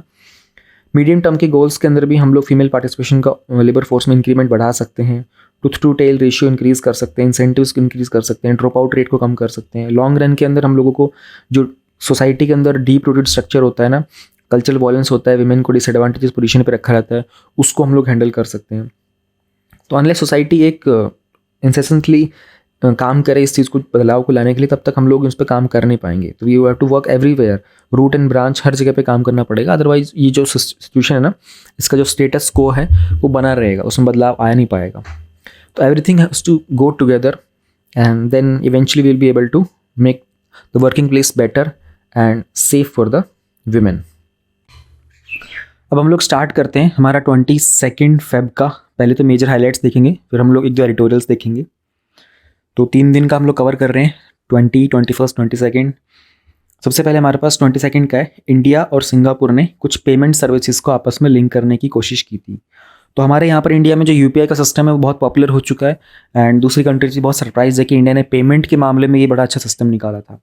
एंड जैसे रिसेंटली कल मैं एक पर्टिकुलर ऐप की पेमेंट कर रहा था, एंड आई रियलाइज़ कि यार पहले ऐप वगैरह की पेमेंट करने के लिए ना कितना डिफिकल्ट होता था। इससे आज भी जो एंड्रॉयड का जो फ़ोन होता है ना, मेरे पास क्रेडिट कार्ड तो है नहीं, तो बिना क्रेडिट कार्ड या डेबिट कार्ड वो एक्सेप्ट करता नहीं, ना वो गूगल पे एक्सेप्ट कर रहा होता है, बहुत इश्यूज़ आ रहे होते हैं। बट मैंने क्या किया कि मैंने उसी चीज़ को ना अपने आईपैड में किया, तो आईपैड में वो ऐप अवेलेबल थी, उसमें मैंने बहुत ईजिली यूपीआई से कर दिया पेमेंट। एंड आई रियलाइज़ कि एक्चुअल में यूपीआई ने चीज़ों को कितना आसान बना दिया ना। और फिर मैंने उस ऐप को अपने एंड्रॉयड में इंस्टॉल किया, वहाँ सेम अकाउंट से लॉगिन किया, तो मेरा वो काम भी हो गया। तो इंडिया का जो यूपीआई है ना, और सिंगापुर का पे नाउ करके है, अभी रिसेंटली इनको ट्यूसडे को कनेक्ट कर दिया गया था, यानी कि अब रियल टाइम में इनका पेमेंट लिंकेज हो चुका है, यानी कि दोनों को आपस में हम लोग पेमेंट कर पाएंगे। तो ये इंडिया सिंगापुर की फ्रेंडशिप में एक बहुत ही मेजर स्टेप लिया गया है फाइनेंशियल टेक्नोलॉजी को लेकर के भी, एंड इसको और ज़्यादा इसके ऊपर काम किया जाएगा। तो सिंगापुर पहला कंट्री बन गया है जिसने cross border person to person payment facilities को लॉन्च किया है, यानी कि अब आप अगर सिंगापुर में कोई पर्सन होगा उसको पेमेंट करना चाहोगे तो using the app you can work on this thing. इसमें फर्दर और इसको आसान किया जाएगा, और ये हमारा जो डायस्पोरा है सिंगापुर में, स्पेशली जो माइग्रेंट वर्कर्स वगैरह होते हैं ना, उनको इस टेक्नोलॉजी के तहत मनी ट्रांसफ़र करने में अब आसानी होगी। तो ये बहुत महत्वपूर्ण स्टेप लिया गया है फाइनेंशियल ट्रांजेक्शन्स को और आसान करने के लिए। इट्स एक्चुअली वेरी ईजी ना, पहले कितना डिफिकल्ट था। Now this is something very important. Hizbul के कमांडर हैं, he was killed in Pakistan. तो हिजबुल के मुजाहिदीन के टॉप रैंकिंग कमांडर हैं बशीर अहमद पीर, इनको इम्तियाज़ आलम भी बोलते थे। तो हमारी सेंट्रल गवर्नमेंट ने उनको टेररिस्ट डिक्लेयर किया था 5 महीने पहले। तो इसको रिसेंटली एक अनआइडेंटिफाइड गनमैन के द्वारा पाकिस्तान के कैपिटल में मंडे को ही वॉज शॉट डेड, गोली मारकर की हत्या कर दी गई थी। ओके, तो बस इसमें खैर अपडेट इतना ही था, इसमें आपको कुछ नोट डाउन करने का भी नहीं है, but this is just an update कि yes the Indian government is working tirelessly to make sure that the culprits who have caused harm and damage to the innocent people of India, they are brought to justice। ये एक बड़ी painful news है कल की। Actual में ये तेलंगाना की है। ये 4 जो गली के कुत्ते थे उन्होंने इस छोटे से बच्चे को, ये बच्चा भी बहुत कम उम्र का था, और इसको मतलब काट के दे बॉट मतलब बुरी हालत कर दी। मैंने वीडियो हल्की सी देखी थी 2-4 सेकंड के लिए स्टार्टिंग में, जब ये छोटे से बच्चे के पीछे पड़े और मैं ऐसे देखी नहीं गई, मतलब मुझे लगा था आगे पता नहीं क्या होगा इसके अंदर। It's very painful. तो ये इशू एक्चुअली अभी नहीं है, पहले भी ऐसा आ चुका है, और ये छोटा बच्चा अब कहाँ भागेगा। तो वो सीसीटीवी की ये वीडियो है, आसपास में कोई था भी नहीं। तो आप लोग भी ध्यान रखें जहाँ भी रहते हैं कि गली के कुत्ते वगैरह इस तरह से छोटे बच्चों को ऐसा अकेले ना जाने दें। बड़े तो अपने आप को संभाल लेंगे कुत्ते से, लेकिन ये छोटा बच्चा कितना है, इस पर क्या ही करेगा बेचारा वो। तो B very very vigilant about this thing कि आपके घर के आसपास छोटे बच्चे वगैरह और किसी की आवाज़ आती है ना छोटे बच्चे की, तो immediately rush to that place. Doesn't matter आप क्या कर रहे हो, कोई छोटा बच्चा परेशान हो, किसी की रोने की आवाज़ आए, तो ज़रा चेक ज़रूर कर लेना कि कहीं कोई परेशानी तो नहीं है, क्योंकि उनने समझदार नहीं होते ना, इस कारण से। Yes, now we have this. ISRO ने कहा है, अनाउंस किया है, opportunity to analyze the AstroSat. Okay, ISRO ने अभी अनाउंसमेंट की थी कि वो किस तरह के साइंटिस्ट वगैरह को डेटा एनालाइज करने के लिए अलाउ करेगा, और ये हमारा एक एस्ट्रोनॉमी का मिशन है, एस्ट्रोसैट पहला ऐसा मिशन रहेगा।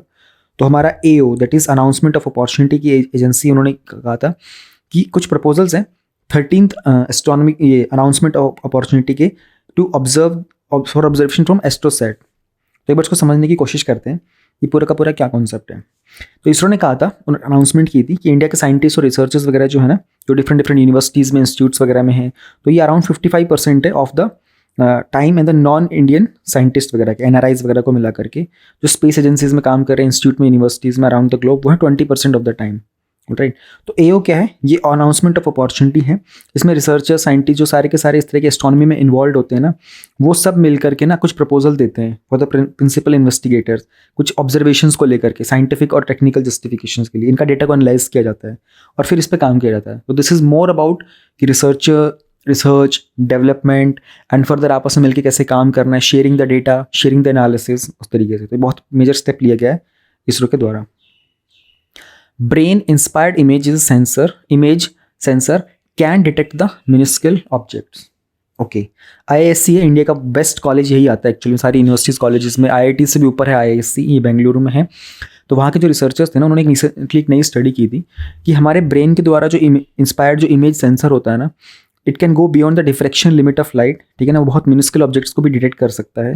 एंड ये बड़ी एक नई टेक्नोलॉजी है, इट्स अ नोवेल मतलब होता है नई टेक्निक है, जहाँ पर हम लोगों ने ऑप्टिकल माइक्रोस्कोपी को और नियोमॉर्फिक कैमरा को आपस में मिला करके उसमें मशीन लर्निंग के एल्गोरिदम लगाए हैं।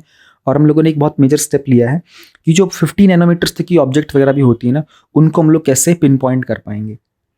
तो ये जो न्यूरोमॉर्फिक कैमराज होते हैं ना, इनका डायनेमिक रेंज भी बहुत हाई होता है, they are more than 120 dB, यानी कि ये बहुत लो लाइट एनवायरनमेंट में भी बहुत स्मॉल ऑब्जेक्ट्स को भी ईजिली डिटेक्ट कर सकता है।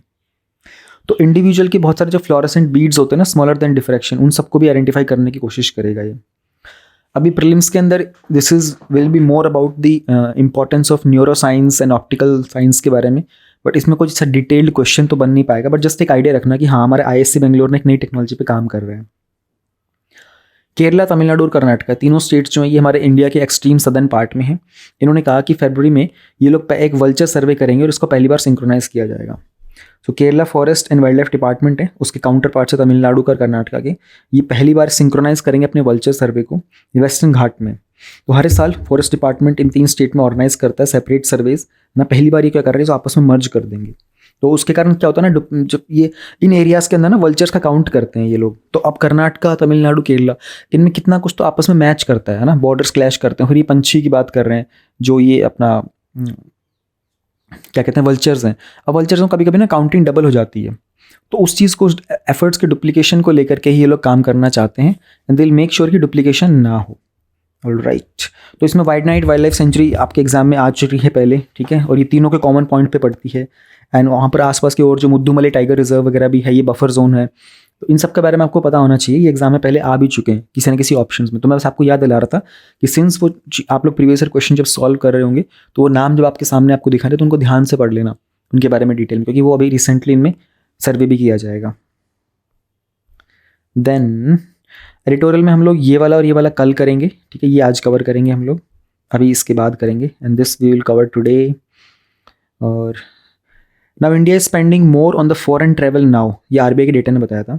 तो $1 बिलियन के आसपास अमाउंट स्पेंड किया गया था इंडिया के द्वारा हर महीने फॉरेन ट्रैवल पर। तो कोविड से 2019 और उससे पहले के टाइम से भी ज़्यादा किया जा रहा है, RBI ने बताया था ये। तो अभी की बात करते हैं ना, अगर लास्ट ईयर 2022-23 की, तो अप्रैल से दिसंबर के अंदर ही जो आउटवर्ड रेमिटेंस था ना, एज पर दी LSR स्कीम, जो रेजिडेंट थे तो ट्रैवल के लिए उन्होंने ना ऑलमोस्ट $9.95 बिलियन के आसपास ओवरऑल स्पेंड किया था, और 2021-22 में 4.16 बिलियन था। तो people are travelling more for the foreign. And अभी मैंने आपको 20th वाला जो मेजर हाईलाइट्स उसमें दिखाया भी था ना, कि इंडियंस सेटल भी बाहर ज़्यादा हो रहे हैं। सिर्फ ट्रैवल की बात नहीं, तो सिर्फ ट्रैवल था घूमने फिरना, बट सेटल भी बहुत ज़्यादा हो रहे हैं इंडियंस बाहर। Temperature to rise above the normal in many parts of India, IMD। तो 5 डिग्रीज़ के आसपास कुछ इंक्रीमेंट होगा टेम्परेचर का अबाउ द नॉर्मल और the next 5 days in the north west, central और वेस्ट इंडिया में, IMD ने बताया था। अब देखो 5 डिग्री नॉर्मल से सडनली जो टेम्परेचर इंक्रीज होगा तो क्या हालत होती है। अभी मैं आपको बताऊँ ना, right now I mean NCR, और कल तक यहाँ पे कड़क धूप थी, ठीक है, और अभी सुबह 6 बजे ना एकदम से दोबारा से फॉग स्टार्ट हो गया। तो उससे पहले I got up earlier, but मैं देखने लगा उस टाइम तो मौसम साफ था। फिर मैंने कहा कि सडनली, तो मैंने एक दोस्त को फ़ोन किया अभी रिसेंटली, तकरीबन अभी 8 सवा 8 बज रहे हैं, मैंने दोस्त को फ़ोन किया, मैंने कहा भाई तू जहाँ पे वहाँ फॉग है क्या? उसने कहा हाँ है। मैंने कहा फिर ठीक है, मुझे लगा मैं नींद में तो नहीं चल रहा हूँ आज। तो इट हैपेंड सडनली। कंट्री के बहुत सारे पार्ट्स में रिसेंटली अभी हाई टेम्परेचर दोबारा से देखने को मिल रहा है। तो उन्होंने कहा था कि इसका इम्पैक्ट वीट क्रॉप्स के ऊपर और बाकी क्रॉप्स पे जाएगा, क्योंकि गेहूं की जो फसल होती है ना वो इस टाइम पर पकना स्टार्ट करती है, बट उसको थोड़ा कोल्ड टेम्परेचर चाहिए होता है। बट सडनली अगर टेम्परेचर हॉट हो जाएगा तो उसको पकने में भी प्रॉब्लम होगी। तो देखते हैं प्रोडक्शन पे क्या इम्पैक्ट पड़ता है। आप देख रहे हो यही होता है क्लाइमेट चेंज का इम्पैक्ट। सडनली कल इतनी गर्म, फरवरी के अंदर मतलब लोगों ने टी-शर्ट्स पहनना स्टार्ट कर दिया है, जैकेट सबके फोल्ड हो चुके हैं। रात को people are not able to take over blanket and quilt वगैरह। और अभी देखो तो कल तक धूप थी और सडनली आज फॉग हो गया NCR रीजन में। देखना कल के न्यूज़पेपर में आएगा भी ये फॉग वाला पक्का। तो will see this. Vostro accounts, how they facilitate the trade, ये भी हम कवर करेंगे, बट ये नेक्स्ट टाइम करेंगे। लेकिन ये बहुत इंपॉर्टेंट टॉपिक है, इसको स्किप नहीं करना है। वॉस्ट्रो नॉस्ट्रो 2 तरह के अकाउंट्स होते हैं, ये भी मैं कवर कराऊंगा, अभी आप लोगों को बताता हूँ इसके बारे में। Then moving ahead, United Nation का जो जनरल असेंबली है ना, उसने एक रेजोल्यूशन की बात की थी रशियन वॉर के ऊपर। तो फ्रांस कोशिश कर रहा है न्यू दिल्ली को इस पर वोट करने के लिए। तो इंडिया को कोशिश करेगा कि इंडिया अपनी रशियन वॉर पर अपनी पोजीशन चेंज करे, ठीक है, क्योंकि 1 साल होने वाला है और वो नरेंद्र मोदी की गवर्नमेंट को थोड़ा सा कोशिश करना चाहते हैं कि भाई आप इस सप्ताह एक रेजोल्यूशन रखा जाएगा, है ना, कि ये हॉस्टिलिटीज़ को कैसे ख़त्म किया जाए। तो उसके तहत पता चल रहा है कि फ्रांस कोशिश करेगा इंडिया से बात करने की।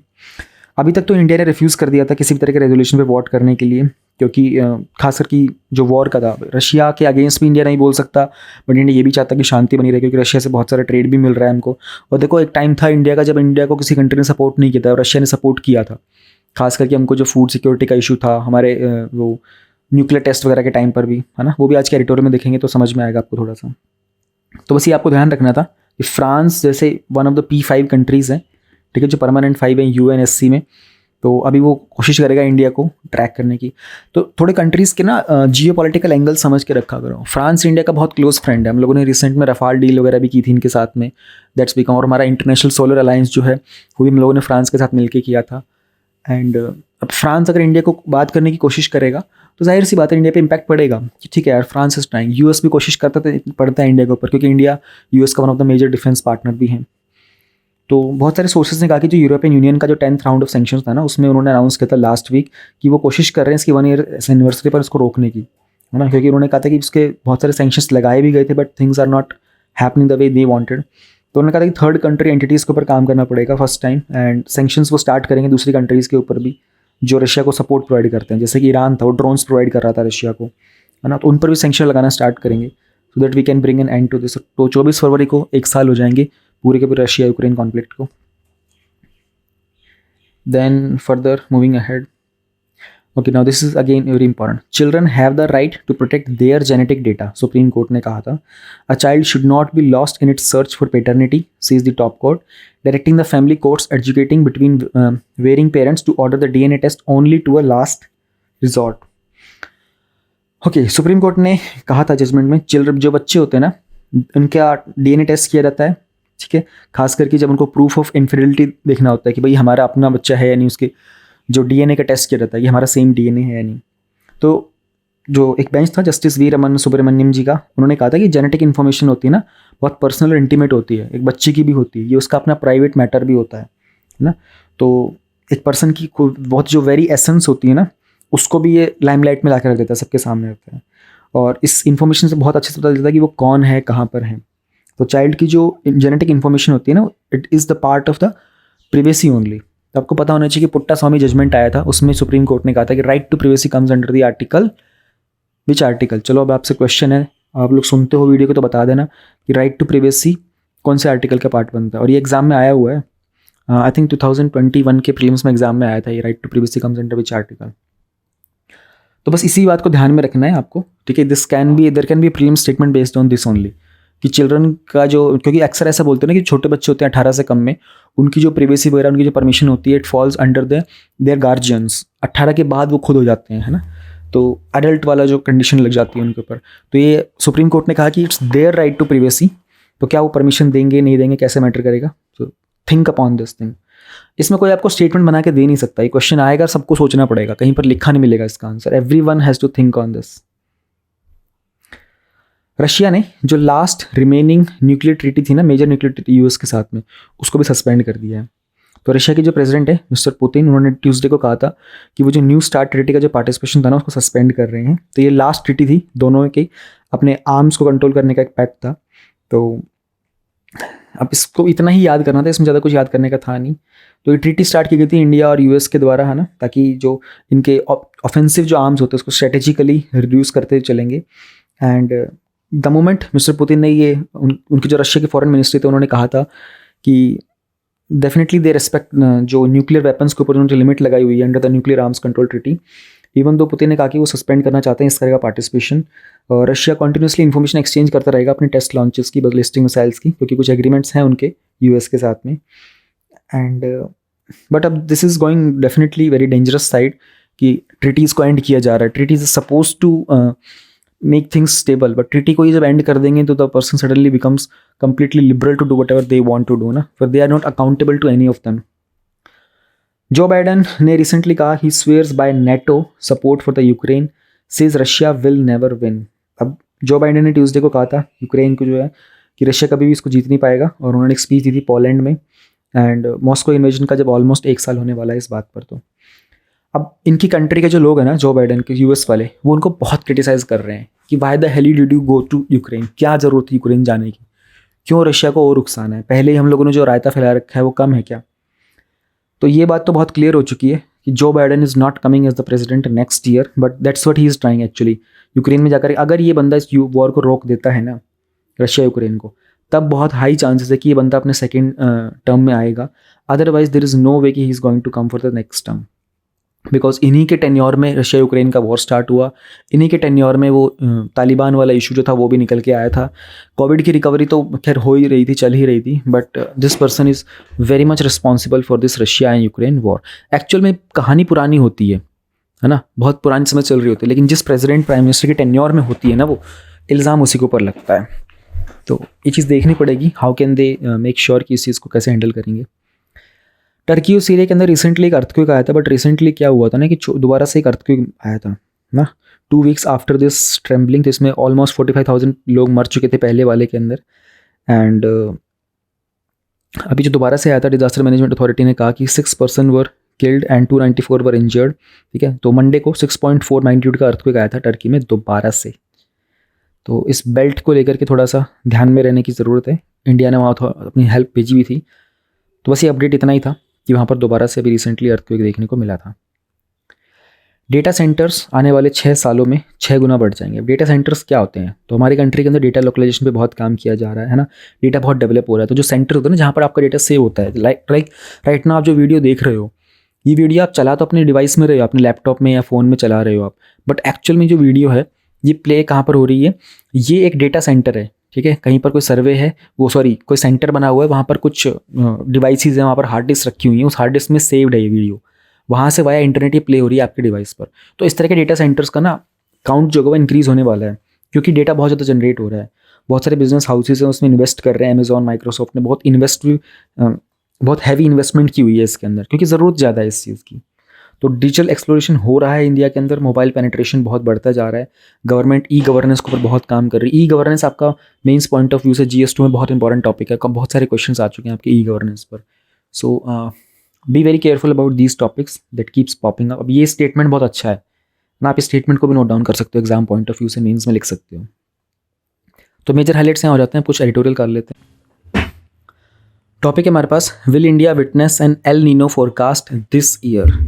ठीक है, तो एल नीनो ला नीनो कैसे अफेक्ट करते हैं ग्लोबल क्लाइमेट पैटर्न्स को, खास करके जो साइक्लोजेनेसिस होता है, मानसून्स होता है, उसको समझने की कोशिश करेंगे। आपको ज्योग्राफी में NCERT में बहुत अच्छे से समझाया हुआ है एल नीनो क्या होता है, ला नीना क्या होता है। इस पर पहले क्वेश्चंस आ भी चुके हैं, प्रीलिम्स में भी, मेंस में भी। और ये ऐसा फिनोमिना है एनवायरनमेंट का, हमारे क्लाइमेट का, कि इसमें एटमॉस्फेयर का बेसिकली, जिसमें दोबारा से सवाल उठ सकते हैं। तो मैं ना आपको एक हल्का सा एक आइडिया दे देता हूँ पहले तो, कि एल नीनो ला नीनो क्या होता है। तो दिस इज़ लाइक चाइना, ठीक है, यहाँ पर जापान है, यहाँ पर हमारा ऑस्ट्रेलिया है, ठीक है, और ये हमारे बाकी जो कंट्रीज़ हो गए। तो ये जो पूरा का पूरा पैसिफिक ओशन है। देन यहाँ पर हमारा नॉर्थ अमेरिका हो गया, यहाँ हमारा साउथ अमेरिका हो गया, ये हमारा पैसिफिक ओशियन हो गया है।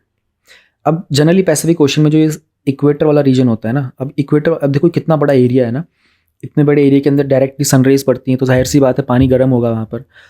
अब नॉर्मल तरीके से क्या होता है ना, जो ट्रेड विंड्स जो ब्लॉ करती है ना, तो इस पानी ऊपर का जो सरफेस पे जो गर्म पानी होता है ना, उस पानी को वो ट्रेड विंड्स जो होती है ना, विद हवा से वो पानी ऊपर का जो होता है गर्म पानी, वो ऊपर का इस वेस्टर्न साइड में चला जाता है, ठीक है। और नीचे का जो पानी होता है ना, वो कोल्ड वाटर, वो नीचे से ऐसे ऊपर आ जाता है इस साइड में। तो ये जो सदर्न अमेरिका का जो वेस्टर्न कोस्ट होता है ना, यहाँ पर ठंडा पानी इकट्ठा हो जाता है। This is like normally how it keeps going. तो ये सर्कुलेशन से चलता रहता है, ठीक है, चेंजेस होते रहते हैं ऊपर नीचे, थोड़ा कम थोड़ा कभी ज़्यादा, एनवायरनमेंट के हिसाब से, क्योंकि बहुत बड़ा मास है ना ये पैसिफिक ओशन का वाटर का, तो उसमें बहुत चीज़ें फिक्स पैटर्न में होती भी नहीं है। इसका जो बिल्कुल जब ये चीज़ रुक जाती है ना, तो यहाँ पर ऑपोजिट होना स्टार्ट हो जाता है। ये एक फिनोमिना बनता है एल नीनो का, यानी कि ये जो बैंड होता है ना, जो वार्म वाटर का, ये स्प्रेड होता है फ्रॉम वेस्ट से, ये बैंड ईस्ट की तरफ चलना स्टार्ट होता है इक्वेटोरियल पैसिफिक रीजन के अंदर, ठीक है। तो ये एक ग्लोबल वेदर पैटर्न होता है ना, इसमें एक एनॉमलीज क्रिएट हो जाती है। इसी चीज़ को हम लोग बोलते हैं एल नीनो। इसका एक ऑपोजिट भी बनता है ला नीना। उसमें क्या होता है कि जो नॉर्मल तरीके से जो पानी वार्म वाटर इधर को आ रहा था ना, उसका वो और ज़्यादा तेज़ी से आने लग जाता है इधर को, तो बस ये पैटर्न्स होते हैं। मैंने हल्का सा आइडिया दे दिया क्योंकि ये टॉपिक आपका वो है, मतलब यहाँ पर मैं टॉपिक एक्सप्लेन तो नहीं कर सकता बहुत डिटेल में, आइडिया दे देता हूँ क्योंकि हम लोग इसमें इसके फोरकास्ट के बारे में बात करने वाले हैं। तो I have given you that idea. तो इंडिया में we are experiencing colder than the normal winters. Normally जो विंटर होते हैं उससे ज़्यादा ठंड हम लोग एक्सपीरियंस कर रहे हैं, और ये सब इसलिए हो रहा है because thanks to the north south winter flow जो कि ला नीना के कारण सेटअप हुआ था। अब ला नीना अपने आप में रिकॉर्ड ब्रेकिंग हो रहा है, for the third consecutive year चल रहा है। अब हमारे फोरकास्ट ये हैं कि 2023 के लिए जो फॉल एंड विंटर है उसमें प्रेडिक्ट कर रहे हैं कि देयर पास 50% पॉसिबिलिटी है कि इसका जो कंपेनियन होता है ना एल नीनो, वो भी हो जाएगा। अब तो दोनों आपस में एक दूसरे के साथ चलते रहते हैं, कभी ये होता था वो हो जाता है। विल ट्राई टू अंडरस्टैंड क्या होते हैं एल नीनो, क्या होता है ला नीना। एल नीनो का मतलब ये होता है वार्म वाटर जो होता है वो वेस्ट साइड से ईस्ट साइड में जाएगा। वही मैप को याद करो, वेस्ट साइड में यानी कि चाइना, जापान, ऑस्ट्रेलिया, वहाँ से ईस्ट साइड में जाएगा तो बेस ऑफ नॉर्थ अमेरिका, ठीक है, पनामा वगैरह के आसपास में, और फिर नीचे में इक्वाडोर वगैरह होता है साउथ अमेरिका में, उस साइड को जाएगा। तो जिस साल एल नीनो अकर होता है उसको हम लोग बोलते हैं एल नीनो ईयर्स, और जो ग्लोबल वेदर पैटर्न्स होते हैं ना इस साल वो बहुत एनॉमलस हो जाते हैं सर्टेन तरीके से।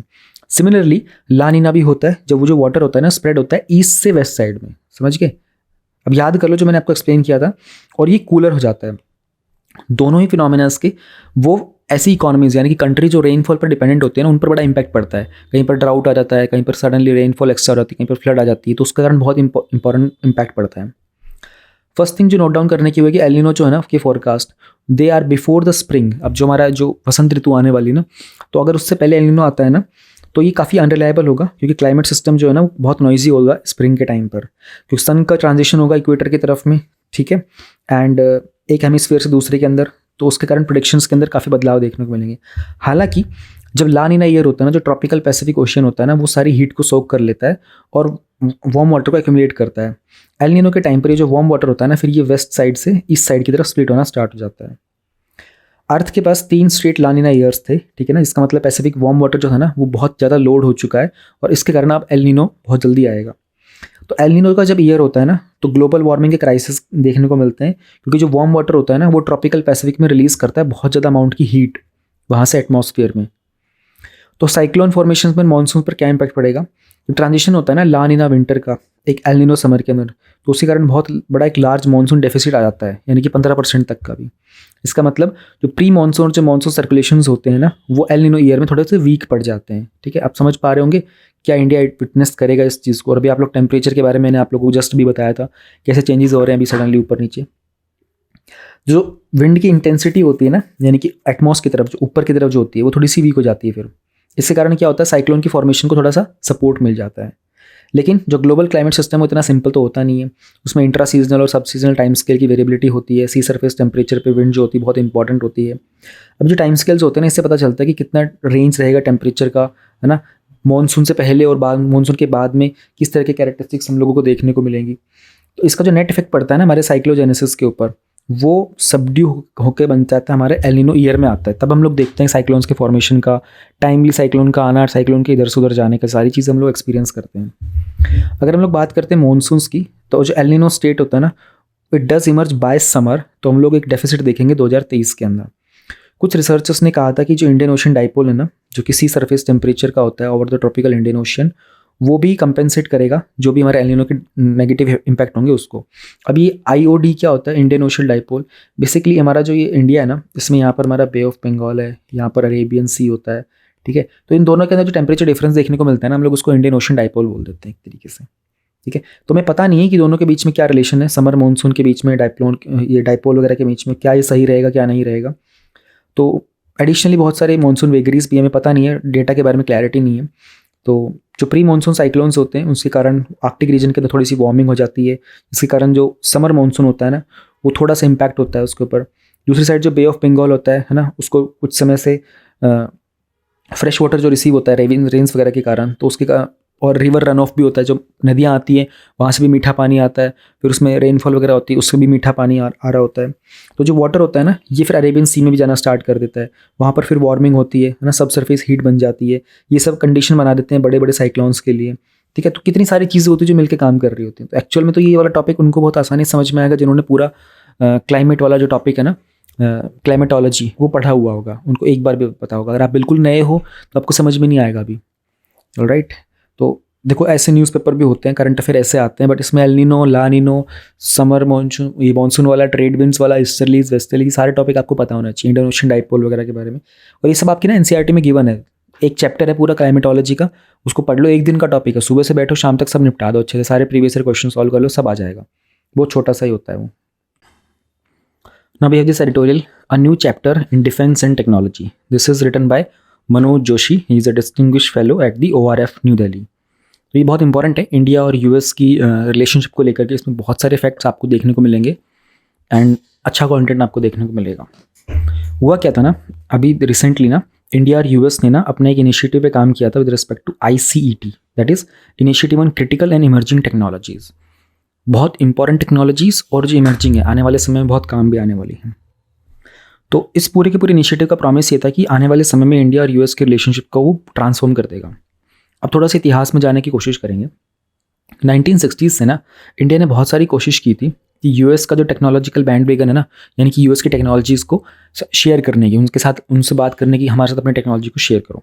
लेकिन बहुत सारी चीज़ें फेल होती आई थी, क्योंकि दोनों कंट्रीज़ का जो पर्पस था ना इस कोलैबोरेशन में, पर्पस मैच नहीं कर पा रहा था। तो ICET इस चीज़ को बहुत हद तक सेटल करने की कोशिश करेगा।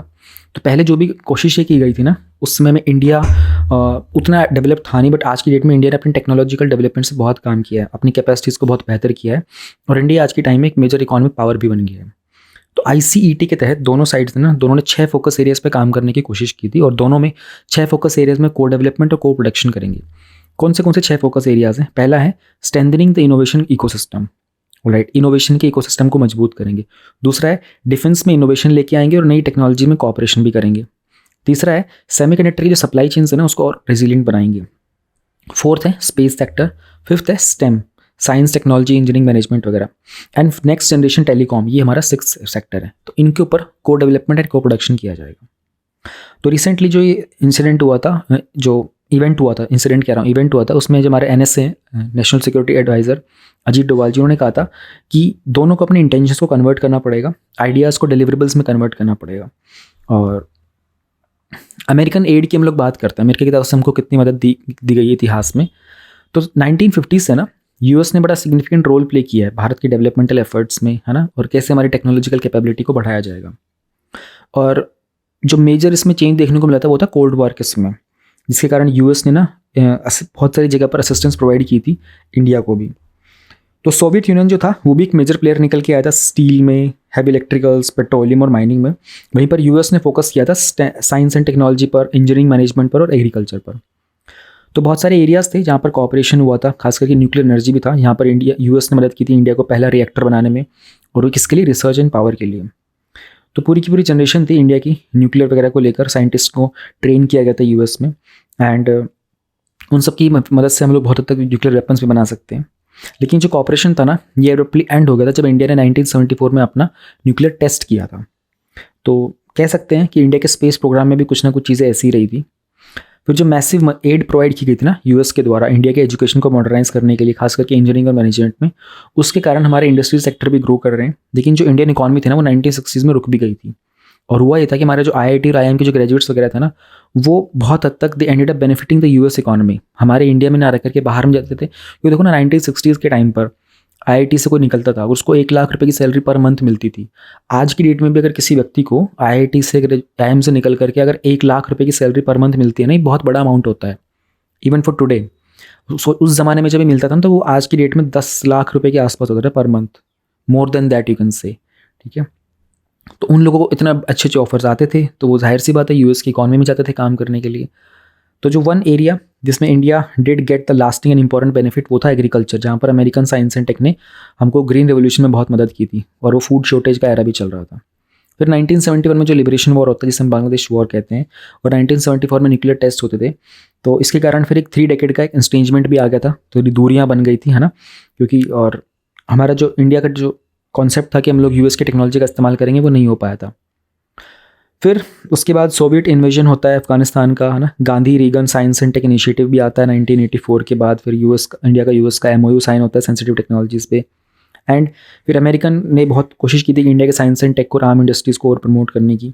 1987 के अंदर यूएस ने एग्री किया था कि वो इंडिया का जो लाइट कॉम्बैट एयरक्राफ्ट होगा ना, तेजस का जो प्रोग्राम होगा, उसको सपोर्ट करेगा और उसके लिए उन्होंने GE404 का इंजन की भी सेल की बात की थी। हालांकि जो कॉपरेशन था वो फर्दर रुक भी गया था क्योंकि उनका जो कॉन्सेप्ट था वो नॉन प्रोलिफरेशन का था, वो हो नहीं पा रहा था। फिर सोवियत कोलैप्स होता है, यूएस ने बात की थी और ज़्यादा अनकंडीशनल एक्सटेंशन की कि जो NPT नॉन प्रोलिफरेशन ट्रीटी थी उसको एक्सटेंड किया जाए। एंड उसके अलावा उन्होंने कोशिश की थी बहुत सारी कंट्रीज़ को CTBT साइन करने की। तो इंडिया को रियलाइज़ हुआ कि there is no other option, लेकिन हमको खुद को अपना एक न्यूक्लियर वेपन पावर बनना पड़ेगा। That is the only way we can come out. तो फिर दूसरा राउंड हुआ था सैंक्शंस का आफ्टर 1998 के न्यूक्लियर टेस्ट के बाद। बट दिस टाइम जो यूएस था ना, उसने बहुत हद तक कुछ मेजर्स लिए थे क्योंकि उसको चाइना से इम्पैक्ट पड़ रहा था अब, क्योंकि अब चाइना आ चुका था पिक्चर के अंदर एंड चाइना को हैंडल कर पाना थोड़ा मुश्किल हो जाता था। तो व्हाट यूएस डिड वाज, उसने कोशिश किया कि इंडिया का कार्ड प्ले करेगा एंड इसलिए उन्होंने न्यूक्लियर प्रोलिफरेशन की बात की थी, है ना। और इसी की बात को लेकर के 2008 में इंडिया और यूएस की न्यूक्लियर डील भी साइन हुई थी। लेकिन इंडिया की जो प्रॉक्सिमिटी थी यूएस के साथ बढ़ती चली आई थी, बहुत सारे मूवमेंट्स भी हुए थे एंड किस तरीके से टेक्नोलॉजी और बाकी डेवलपमेंट के जो फैक्टर्स होते हैं उनको इंडिया के साथ शेयर किया जाएगा। इंडिया ने बहुत हद तक यूएस के साथ इस चीज़ में फ्रेंडशिप मेंटेन की है। इंडिया ने यूएस के वेपन्स को परचेज भी किया है, उनको बहुत सारा मिलियंस का मार्केट भी दिया था। अब इंडिया एक यूएस का मेजर डिफेंस पार्टनर है, लेकिन पाकिस्तान की तरह एक मेजर नॉन नेटो अलाई नहीं है। तो होता क्या है ना, अब पाकिस्तान नेटो का पार्ट तो नहीं है क्योंकि नेटो के अंदर जनरली उन्होंने अटलांटिक ओशन के आसपास की कंट्रीज़ को बनाया हुआ है, बट नेटो के ना कुछ एलाइज होते हैं, वो नॉन नेटो एलाइज होते हैं। तो पाकिस्तान को उन्होंने नॉन नेटो एलाई बनाया हुआ है, यानी कि जैसे अफगानिस्तान को सपोर्ट प्रोवाइड करने के लिए ना, अफगानिस्तान में वेपन्स वगैरह के लिए, ISIS को हैंडल करने के लिए उन्होंने क्या किया था कि पाकिस्तान से ये कहा था कि आप हमारे मेजर नॉन नेटो एलाई बन जाओ, हम लोग वेपन्स और पैसा प्रोवाइड करेंगे और आप लोग हम लोग को यहाँ पर ये जो टेररिज्म है ना, इसको एंड करने में मदद करोगे। तो ICT का एक बहुत एम्बिशियस गोल्स हैं जहाँ पर इंडिया के लिए बहुत अच्छे मौके हैं, कुछ एस्पिरेशनल्स हैं, कुछ पॉलिटिकल भी हैं एंड बहुत ऐसा बिलीव किया जा रहा है कि यूएस इंडिया को एडवांस जेट इंजन डेवलप करने में मदद भी करेगा। As of now all that is on the table इसकी कुछ लाइसेंस मैन्युफैक्चर मिल जाएगा हम लोगों को GE404 414 के इंजन का लाइट कॉम्बैट एयरक्राफ्ट के लिए। तो कोई नई बात नहीं है, लेकिन जो कटिंग एज के जो जेट इंजन्स है ना, ये यूएस की टेक्नोलॉजी का क्राउन है ना। इस चीज़ को लेकर के इंडिया अभी तक उसके साथ पार्टनरशिप नहीं कर पाया है। तो एक सिमिलर अप्रोच ली जा सकती है, यूएस के जीलसली गार्ड्स टेक्नोलॉजी प्रोग्रेस, उसको कैसे हम लोग डेवलप कर पाएंगे, क्योंकि ग्लोबल पावर का स्टेटस यूएस को मिलता है इन्हीं टेक्नोलॉजीज़ के तहत है और बहुत हद तक इंडिया कोशिश करेगा इसका पार्टनर बनने की।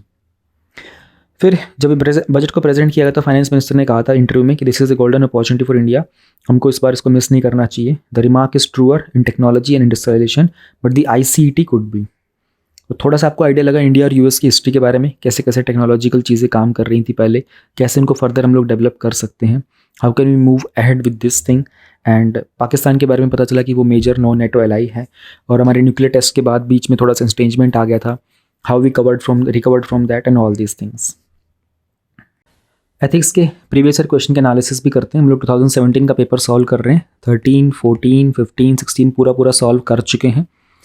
चेक करना हो कहाँ पर है तो रिसेंट वीडियोस में जाओ, हर एक वीडियो का जो थंबनेल है ना, थंबनेल में नीचे मैंने ग्रीन कलर की स्ट्रिप लगाई हुई है, उसमें जिसके नीचे स्ट्रिप है उसमें एथिक्स के प्रीवियस ईयर क्वेश्चंस हैं, सब में टाइम स्टैम्प्स है डिस्क्रिप्शन में, चेक करके ईजिली क्लिक करके डायरेक्ट क्वेश्चन पे पहुँच सकते हो।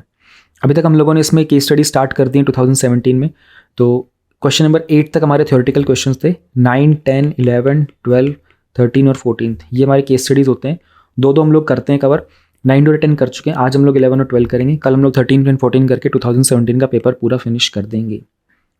PDF में इसकी प्रोवाइड नहीं करता हूँ क्योंकि PDF दे दिया तो आप लोग बस PDF सेव करते रह जाओगे, साथ में लिख के रखा करो, एडवांस में सीक्वेंस में चलते हैं सारे के सारे questions and then try to solve them और कुछ नई वैल्यू एडिशंस अपने करते चलो।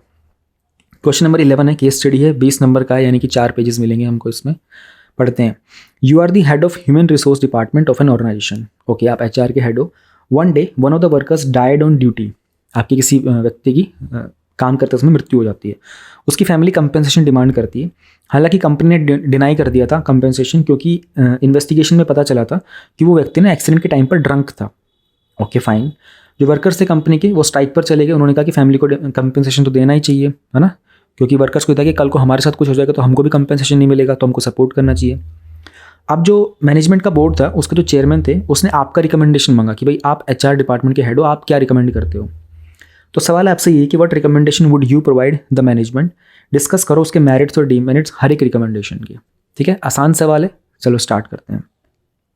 सिलेबस में आपका जो टॉपिक बनता है ना, प्रॉबिटी इन गवर्नेंस, वहाँ से आता है, उसमें टॉपिक, उसका सब टॉपिक है वर्क कल्चर। और ऐसी सिमिलर केस स्टडी हम लोगों ने क्वेश्चन 2013 में भी पढ़ी थी, क्वेश्चन नंबर 6, जाके चेक कर लेना।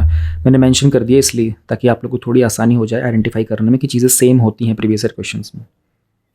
थोड़ा सा ब्रीफ देख लेते हैं, क्या था brief. A worker died on duty, investigation reveals he was drunk, family demands compensation, company denies, other workers gone on strike, I am the HR head, my advice is sought, this case throws light on the issues related to work culture.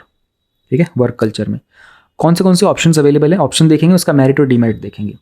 पहला option है give in to the family's demand and give compensation, family की demand मांगो और उनको पैसा दे दो, compensation दे दो। क्या फायदा होगा, मेरिट्स क्या होंगे।